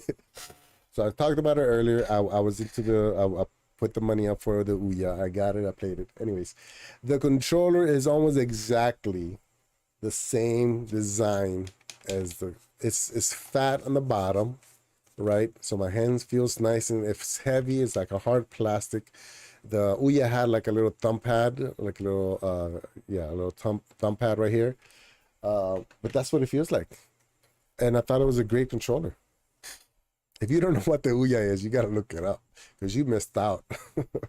It's a great story. That lady, that the lady, the CEO, she's doing something with I don't know what it is. She's got another company.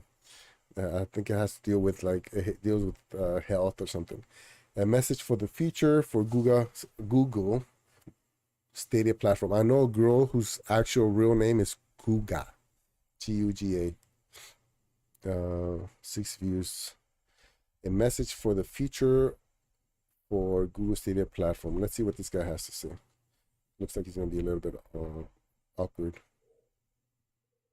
My suggestion for the future for Google Stadia, there are a few games I do know that I want to come to the Stadia platform, and one of them is Spyro Reignited Trilogy. I don't It's know still a that game. good game. It was remastered and remade to make the graphics look real. I know Spyro is an older video game, but it would be nice for it to make it to the Stadia platform in the future. If Google would allow it, they have to talk to Activision, they'd have to talk to Insomniac Games, because I really want mostly Spyro Reignited Trilogy to come to Stadia in the future. I don't know what that game is. That's how my first video was too. You notice he wasn't blinking. It takes, I mean, I don't know if you guys, if you're a content creator, which half of you guys are, it takes a while to be able to look at the camera and be like, this isn't weird at all. This is fine. This is fine. There's somebody behind the camera. It's not a weird thing. I can hold my, you know what I mean? It's really weird. Which surprises me about Cowboy. I've been trying to tell him, but I don't want him to, think I'm like criticizing him or anything. But if he's been vlogging since 2011, he should know to look at the lens. It it irks me. I don't know why it irks me, but it's like, it was one of the first, it's like, vlogging 101, look at the lens, because it puts people in the video. Like every time I'm looking at the monitor here, okay, so on your screen, it looks like I'm looking at what you're looking at. So it makes sense, right? When I specifically put my chat up here so that when I'm looking at chat, it's almost close enough to my camera that it looks like I'm talking to you. And once in a while, when I'm not looking at the screen or I'm not looking at chat, then I gotta remember to look at the lens, right? And as a photographer, I understand the concepts behind it. I know why it's important for me to focus on the lens. But being on this side of the camera, it's really, really awkward, and it takes you a while. So WinStar, I think I never mentioned it. Well, actually, no, your camera is way up here, so you can get away with it. Like if your camera's on the sides, then it's okay. But if you're trying to talk and put a message out and you're not looking at the camera, it's distracting. But obviously I'm not the best. I keep messing with my mic. I think I've been streaming for 2 years and I still can't get the audio right. But yeah, just a little FYI. Free Stadia PS5. You think the PS5 and the Xbox is ever going to be free? I mean, they basically are. If you consider how much money they make off of them, they're not making money. So to them, it's free. It's not coming to Stadia or Chairman Gaming. Chairman Gaming is funny, man. Like, I don't know if he hypes himself up or he's just always hyped up that way. We had Squids here. First, it's playing Tohu. Tohu is hard, man. Tohu is a hard game. I have to get mentally prepared to play that game again. Google Stadia review, playing Saints Row 4 Reloaded. 7 minutes. How come there's nothing on the... Look at this thumbnail. Interesting. Steam Deck Gaming. Steam Deck, the Division 2 gameplay. SteamOS, Google Stadia, and GeForce Now Edge browser. That's the only time... Well, not really. I was going to say that's the only time that the Steam Deck makes sense to me. I know, Maker, you have one. Winstar, you say you're ordering yours or you're getting yours soon. I mean, you guys are gamers. So, if that makes sense. But if I had, like, let's say I'm looking at a friend like me, never played games before Stadia, or at least wasn't really a gamer before Stadia, and then all they do is exclusively play Stadia, Steam Deck makes 0 sense because there's no like the technology's in the clouds when I'm playing, so there's no point in me buying this 350 or what is it, $600 max or something system when my Steam library is low, very very small. I mean, not low, small, and I'm mostly playing in the clouds. You know what I mean? Can you imagine somebody getting the Steam Deck just so they can play GeForce Now or Stadia? That doesn't make sense, yeah. He's always hype, yeah. The game that he was talking about is hard, or Tohu's hard? Tohu is very hard, I think. I think eventually Xbox and PlayStation will be apps on TVs to play your games. It has to be that way, because just like brick and mortar, like I was gonna make this point. I thought about jumping onto the Cowboys stream recently, just so I can make a couple points, but then I realized there's no point in it because people are just gonna come back with a defense, and it's gonna be like, well, okay, you know, well, I feel this way, and I'm like, well, okay, well, you're right to feel that way, and I can't really, you know, say that you're wrong, so the conversation ends right there. But this is, look at brick and mortar stores, right? Okay, so this is my point that I was gonna make in Cowboys show if I jumped in, right? Obviously, Netflix took out, like, eviscerated Blockbuster. That's not, there's no doubt in that, right? We all know that Blockbuster is no longer here because of Netflix. That's the obvious one, right? But what about Borders, the bookstore, right? Amazon took that out. I mean, their Kindle, not the Kindle's on Amazon. Whatever the Borders had, they were trying to compete with Amazon, destroyed. I think there's like one Border store in the whole state now, where there used to be 5 or 10, I forget, right? Record store, Tower, gone. Why? Because Apple Music, Spotify, Pandora, who buys songs anymore? You know, I remember I have a friend who's a video editor, and he's my best friend. And every time he edited a video, he would always like, we had a little contest. I have 2 videos in my channel called Stranded. We recorded this. We used the same exact. We shot up like a little mini movie with our kids. It's the exact same video, and he edited his one version. I edited the other version. I obviously used free music. I used special effects from online. You know, I never spent any money on it. He bought a game from the iTunes library, which made it so that when I upload it to my channel, it's copyrighted. But then I remember wondering, why did you buy the game? Why did you buy the song? If there's so many free songs that you could have used, it's like, oh, I don't know, because I'm used to it. It's like, okay. So he was old school, right? He still was used to paying for songs, right? But Tower is gone. I'm probably never to be seen again, right? So even vinyl, even if you buy vinyl right now, like I think Winstar mentioned earlier, that's like a gift. That's like one of those yeah, it's one of those, like a prop, you know what I mean?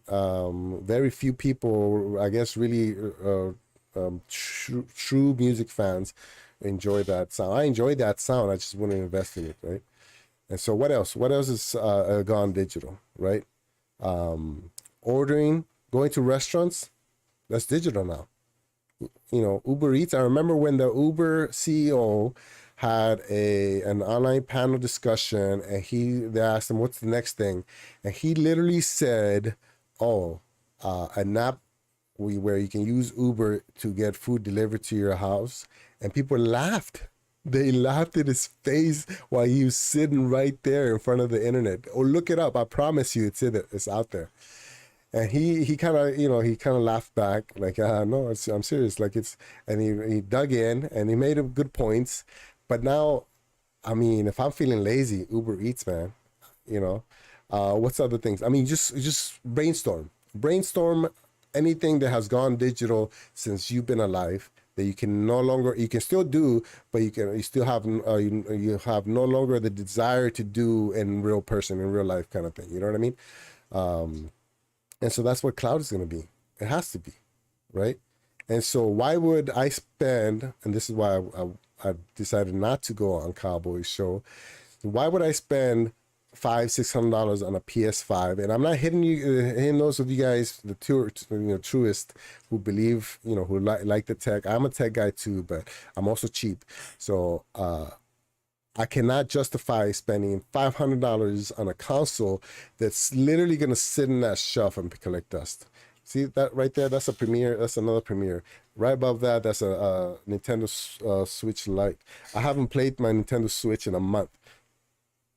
That's going to happen to the PS5 because I don't have the games. And if I want the games, I have to spend the money.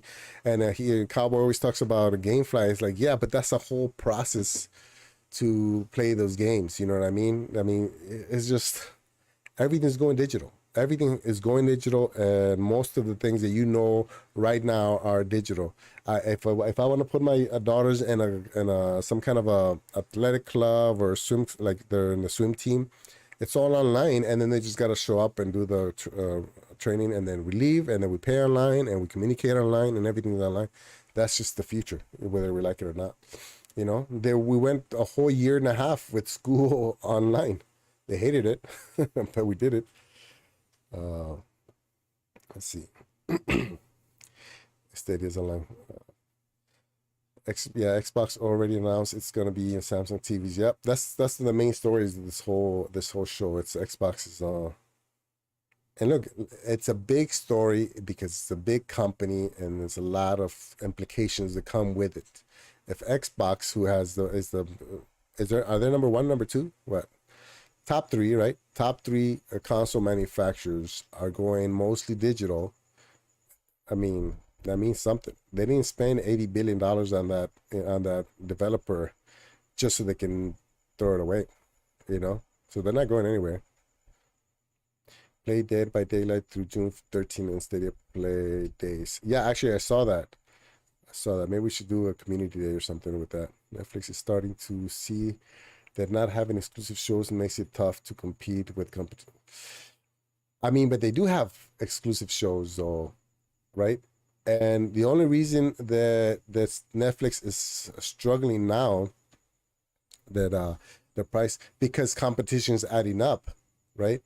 But they're still number one, right? 200. I mean, Disney Plus is catching up. HBO Plus sounds like they're getting close, but they're still number one.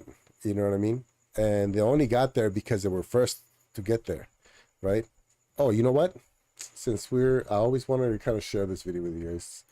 You probably saw it. If you guys are gamers, you probably saw this, but gaming console, is it wars or no. Nope. That's not it.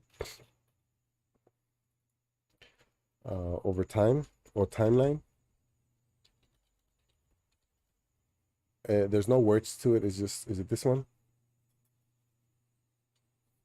Yeah, this one right here. Watch. 23 million views. Yeah, I'm sure you saw it. Have you guys seen this one, right? Watch.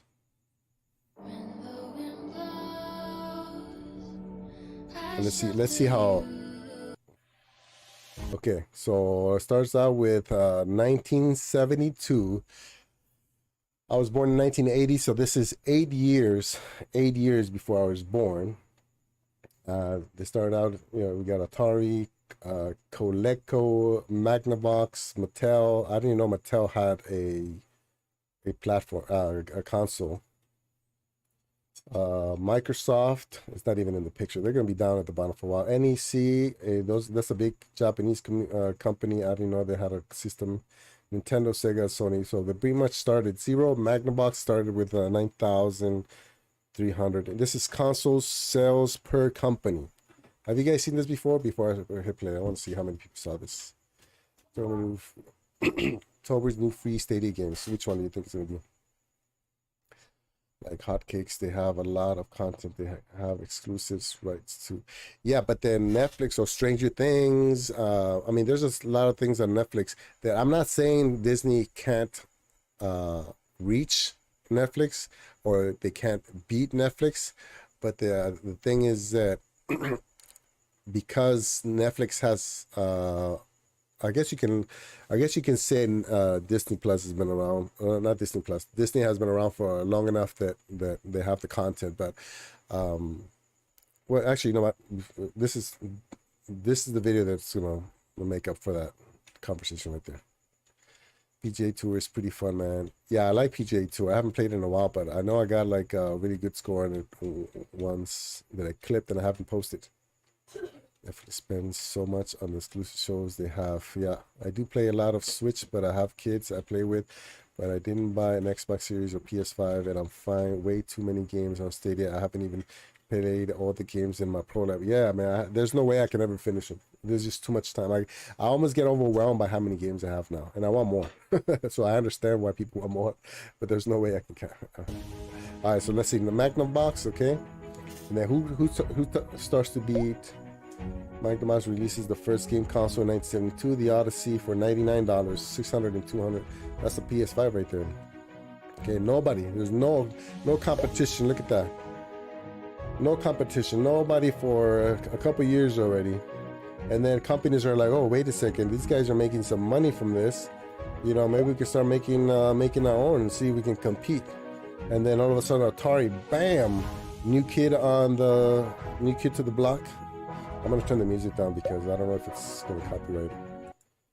New kid on the block. Look at that. Now they're catching up to Magnavox. Magnavox is slowing down. You know what I mean? And then Coleco. I don't even know who Coleco is, but then they come up. You know. Now it's getting tough. 1977. So it took 5 years. They had a 5-year lead, and all of a sudden Atari, and Coleco, Nintendo leave them behind. Atari's getting left behind in 78. Nintendo's catching up. Nintendo leaves Atari. Right? Atari's fighting back. Magnavox is just sitting there in the 4th place after being the originals. You know what I mean? Then Atari, I don't know what happened with Atari or Nintendo to slow them down, but Atari's kicking butt. Mattel wants to get in the game. New kid, obviously, they always have that beginner's luck, right? Maybe exclusive content, licensing, and all that, like Disney Plus. That's the benefit that Disney Plus has, is the fact that they have a lot of IP. Atari's still number 1. Look at that. It's still 10 million units sold. Nintendo's way back over here, and now this is probably getting close to what's that first Nintendo game? And then boom, 1984, Nintendo's king. I mean, no competition right here. Look at that. You know what I mean? Magnavox is way down over here, stopped at 3 million. They probably closed the project. Mattel closed after 3 million. Coleco probably closed after 3 million. Right? They're like, we can't compete with 16 million, so let's just give it up. And Nintendo keeps going. And then watch. So that's all interesting because I wasn't around for that. I'll show you exactly when I came in. Actually, right here, this year, this is when I came in. That's when me and my brothers and my sister found the bag of coins and bought our first Nintendo. Took it back to Mexico. That's all we knew. I didn't know about Sega. I didn't know about NEC, which I'm pretty sure is only in Japan. Right? And, you know, Sega's kind of creeping up a little bit. Nintendo's still king. And then what? Sony comes in next. Right? And Sony was just brutal when it came out. I knew about them, even though I never had one. That's all I ever heard about. You know, right here, you're talking about Nintendo 60. Oh, right there, it showed it. Nintendo 64.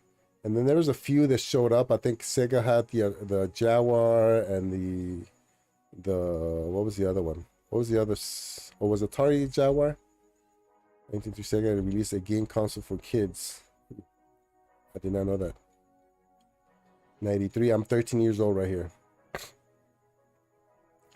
13 years old. This is the prime gaming for me, and I only had the Nintendo up to that point. By the time Sony hits Yeah, I'm still broke, so. But look at that. Look at how Sony. Look how fast. Look. In a matter of a couple years, it just left Atari behind. In a matter of a couple years, it just leaves Sega behind, right?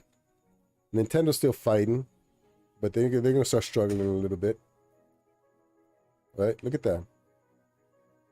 Now I'm assuming all this is accurate, but it makes sense. It feels right to me. It feels facts, baby. And then Microsoft is not even in the game. I'm 18 years old. They're not even around yet. They're not even around. Look, I'm already in the army right here. Look at that.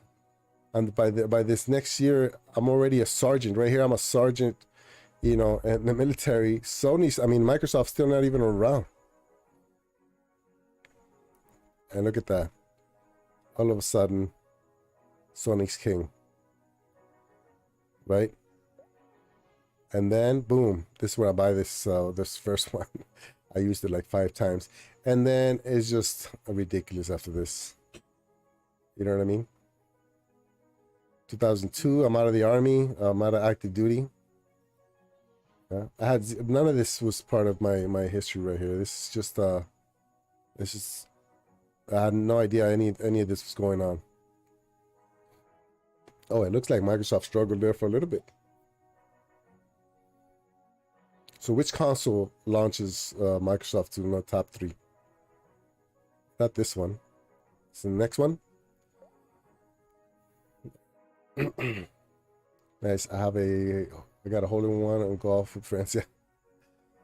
I got a bunch of them. It's a lot harder to get a hole-in-one with PGA. I had a Sega Genesis and an N64 though later. Yeah. Like, look at this. And if it's gonna keep going. I want to see one like this for cloud gaming, because I know there was a few companies way back before even GFN came up. They were trying to get in. I think Cloudy V told me that the guy who came up with OnLive, what was his thing? I forget what he was mentioning, but it's a very interesting fact. So now Microsoft is top 3, and I think they leave Nintendo behind, right? I think this is where Nintendo was struggling for a little while.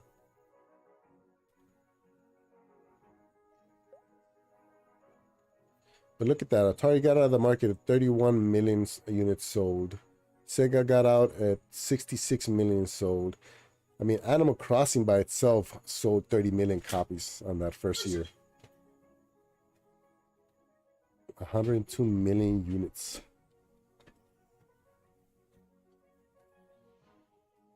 When does it stop? What year does it stop? 2019. I want to know how they did this. I want to do something like this for cloud gaming.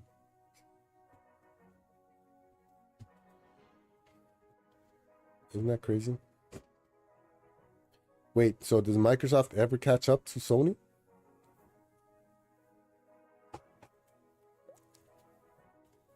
Oh, this is where the Switch comes out. It stops right before the pandemic, too. I wonder what happened after the pandemic. Microsoft never catches up. I guess it can catch up in a year or 2 years, right? Like if you only look at the sales for that year, or a specific console, maybe. Oh, that's it.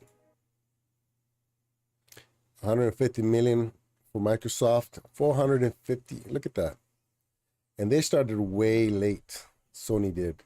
You know what I mean? In comparison. So you just never know. You never know. You know, Disney Plus may take out Netflix. You never know.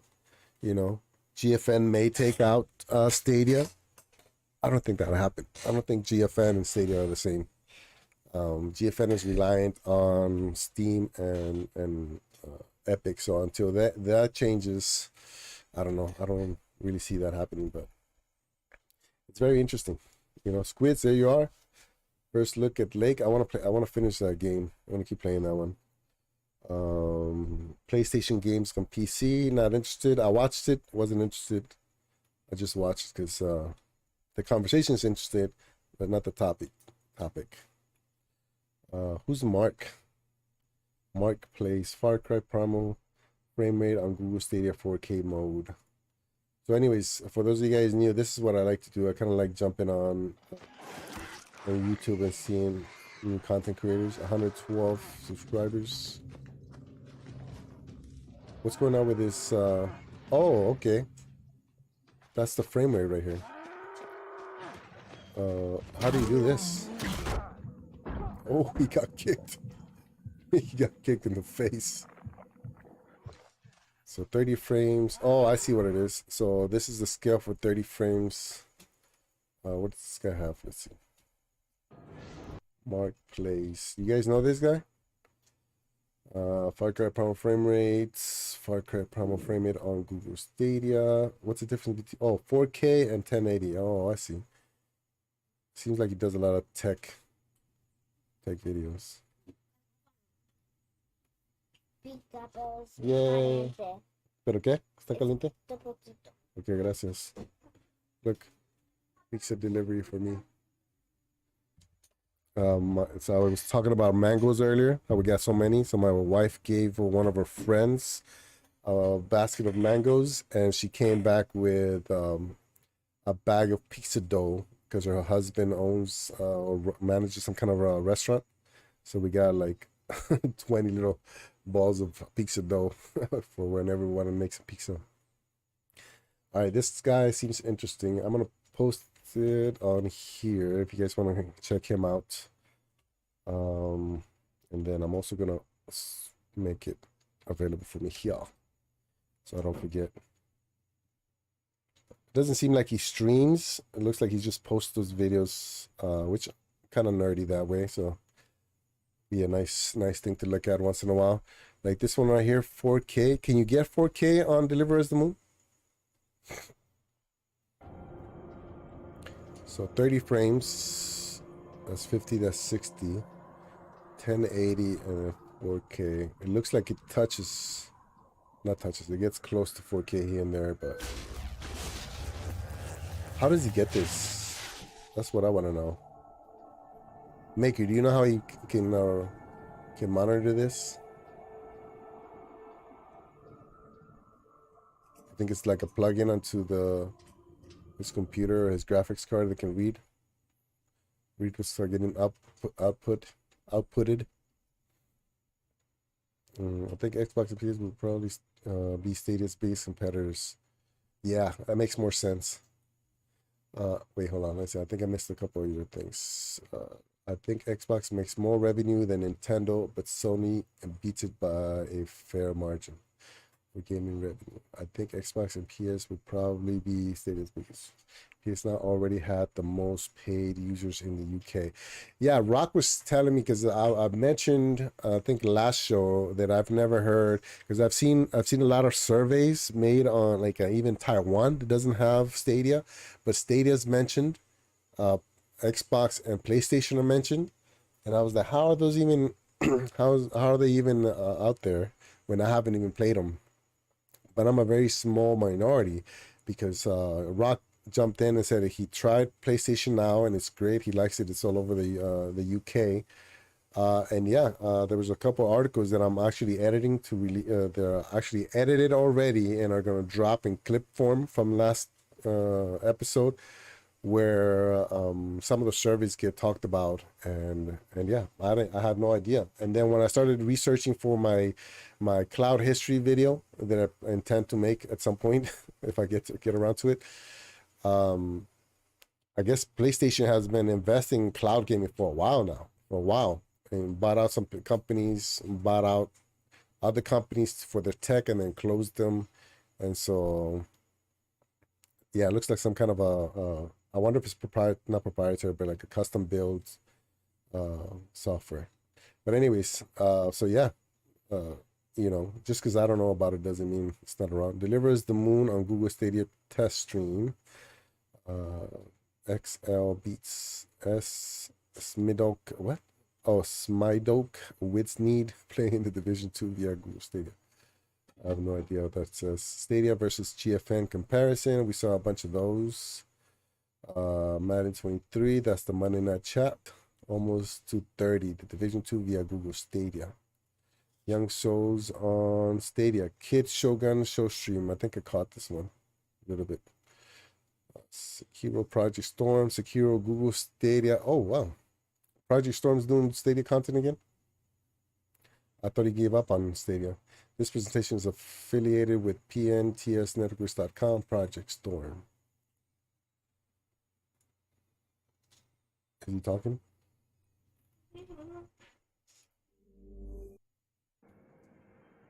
He doesn't talk though. I want to get this game. Switch to Fioptics Internet from Hawaiian Telcom. It's too much money. And get Hawaii's fastest upload Look, speed. see how we Add get TV these. and get your shows in HD too. See, we get the fiber. Get way more for your money with Fioptics Internet plus TV. It says Fioptic, but I don't think it's fiber though. Cheap shots on him because we know we can do that on these second row games. It's got a cool Or voice. Sekiro, however you want to pronounce it. All right, now we know what to do. We know what he likes to do. You know what I'm saying? So this should be a breeze right here. Oh man, missed the block. All right, let's go ahead and get a feel for what he likes to do. We're gonna jump over that. Hit him 3 times. He's 2, good. 3, get out of there. He's good, man. I always enjoy his streams. I didn't think he was doing Stadia stuff anymore. GFN. No commentary. PUBG Series X. Was that a what? That was this. Yeah, that was this week. Yeah. Okay. Well, he's not all the way back, but it's nice to see he still plays on there once in a while. You know, it's good to see. He plays it all. He plays it all. Yeah. He likes. I love spicy. I love spicy. Like I love jalapenos. Eating some right now with the carrots and onions. Yeah. The problem is in in fact, I love jalapenos. When I go to movie theaters, I always get the jalapenos that they normally give you for like hot dogs and nachos, and I put them on the popcorn. Super good. If you haven't tried it, try it. If you haven't tried it, try it. Don't get carried away though, because it's gonna burn on the way out. Trust me. But it's really good. I love spicy food. It's just that I don't like spicy for the sake of spicy. I think that's how everybody feels, yeah. Yeah, you like the popcorn with jalapenos. It's so good. And then we have mochi crunch here in Hawaii. When you go to the movie theaters, it's little rice crackers, little tiny, kind of like covered with soy sauce. They call them mochi crunch. We throw that in there, so you got the crunch from the mochi crunch. You got the little smushing texture from the popcorn, and you got a jalapeno, that wet jalapeno. It's good. Making my mouth water right now. Mark, okay, he did that one. Pak Chop PSP, what is that? Pachok? Cute. Google Stadia game running on HP Elite. I don't think he's a streamer. 16 subscribers. Oh, he's recording it with the phone. It's cute. Amore, ti voglio far vedere questo gioco. Guarda com'è bello.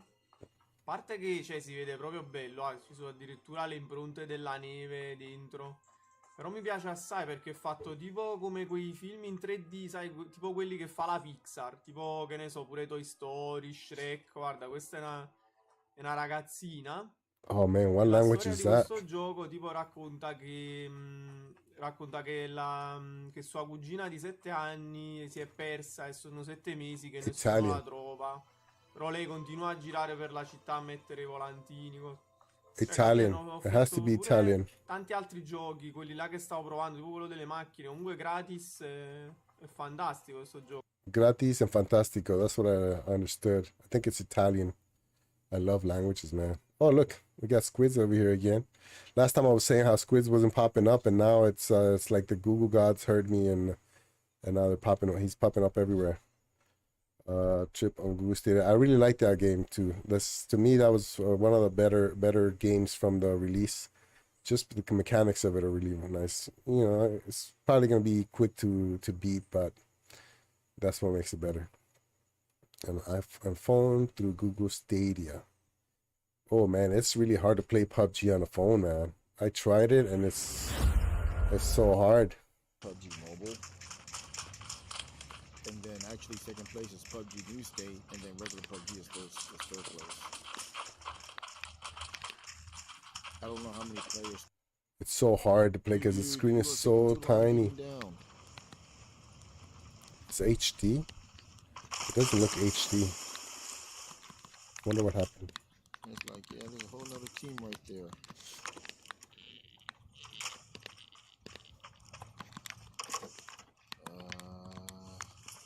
I mean, he's playing with a controller, obviously. You can hear the buttons smashing. Oh, get him. Get him. Get him.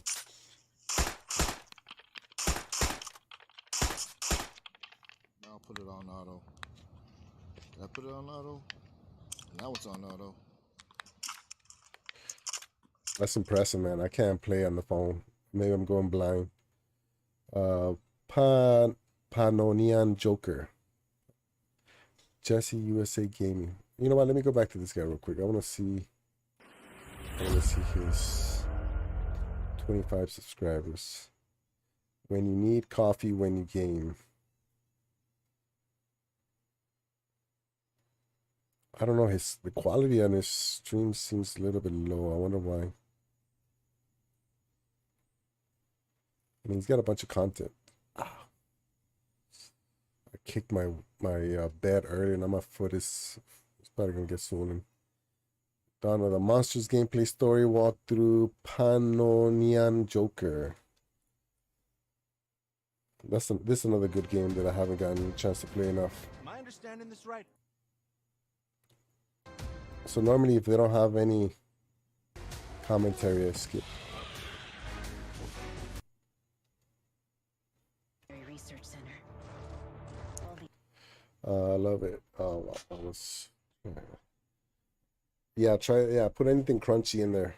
It's good. Yeah, Wilson was going off when he joined me for my monthly Stadia Pro games. He's going off. I saw this video. It's pretty good. His voice is so impressive, man. I'm jealous. Oh, Windstar, you popped up on here.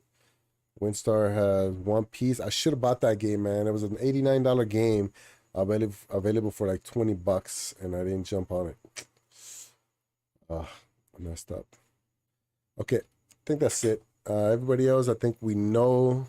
The Crew 2 American Legends. Yeah, because I don't want to make this show too long. But that's it, everybody. Thank you for joining me. I appreciate it. We didn't really see anything new today. No cool, interesting articles. But it was nice that we got to discuss a little bit of how Xbox is putting a little bit more effort, I think, on cloud gaming, trying to compete, obviously, with Stadia and stuff. So, well, we'll see. Now, Tuesday is going to be, I think, this week on Stadia. Vlog should come up on Tuesday, so hopefully you get some more news.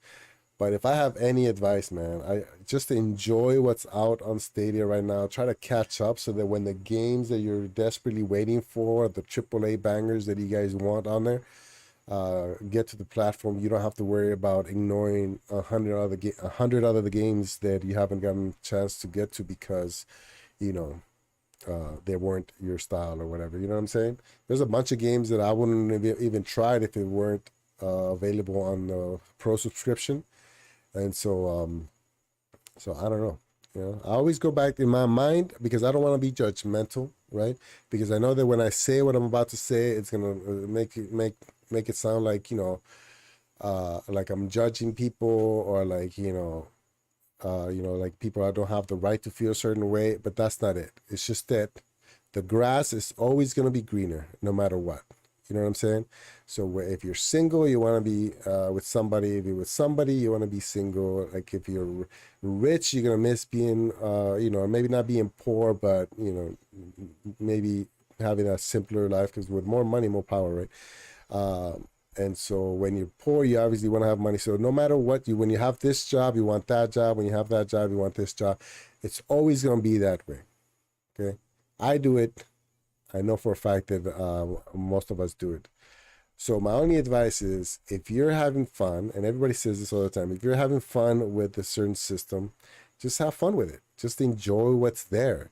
By adding to this negativity about, oh, it doesn't have the games that I want, I wish they had this, I wish they had that, you're only taking away from that good that's already there. It's okay if something happens, if your, breakpoint game gets messed up and now you can't play, go ahead and complain, put in a request, let people know so they can fix it. But then it doesn't mean all of this other good stuff is not worth it anymore because this one bad stuff happened, or the one thing that I want is not there. So all these things that weren't there before are, hold on, it's a weird place to laugh, I know, but I just thought about a joke from Louis C.K. All the stuff that's there already is still great. And I'm gonna see if I can find, just so we can leave this stream with Louis C.K. airplane Wi-Fi. I tried to explain it last time, but I killed the joke. So let's see if we can explain this. This is what I hear when people complain about Stadia, when Stadia is literally 3 years old. So this is what I hear. Okay, hopefully this is the right one. Do you feel that we now, in the 21st century, we take technology for granted? Well, yeah, because now we live in an amazing, amazing world, and it's wasted on the crappiest generation of just spoiled idiots that don't care, because this is what people are like now. They got their phone, and they're like, it won't. Give it a second. It's going to space. Can you give it a second to get back from space? Is the speed of light too slow for you? Yeah. I was on an airplane, and there was internet, high-speed internet on the airplane. That's the newest thing that I know exists. And I'm sitting on the plane, and they go, open up your laptop, you can go on the internet. And it's fast, and I'm watching YouTube clips. I'm in an airplane. And then it breaks down, and they apologize, the internet's not working. The guy next to me goes, this is bull.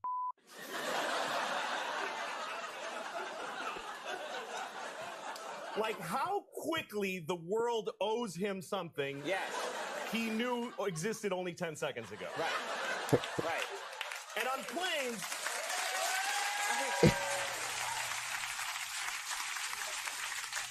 flying is the worst one, because people come back from flights and they tell you their story.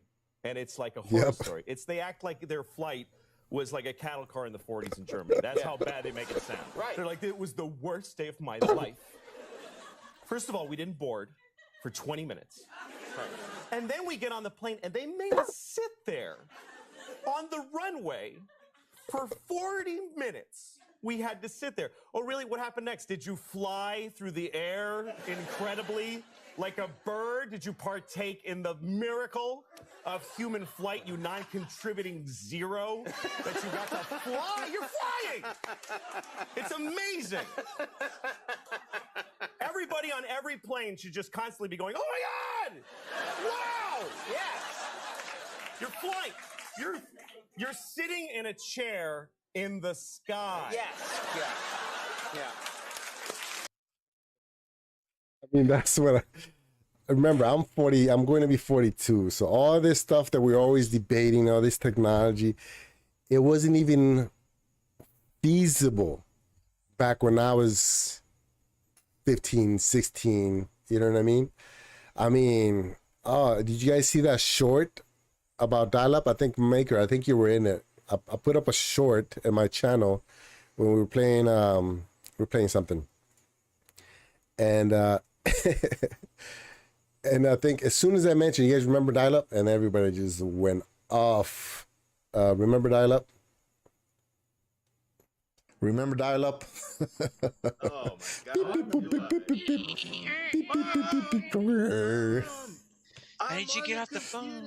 Everybody knew exactly what I was talking about. That's not even that long ago. So I don't know. Final point, enjoy what you have. If you're happy with it, be happy with it. Don't let other people, bring you down about it or make you double guess yourself. Just enjoy it. And I hope you guys have a great day. I'll see you guys tomorrow. For those of you guys who play Nintendo Switch or Animal Crossing, I know Califet's not here, but I'm probably gonna stream that tomorrow since I owe an island visit to one of my old viewers. And yeah, if you're into that, check it out tomorrow. I will see you guys next time. Bye. That didn't. Oh yeah, it did. Bye everybody.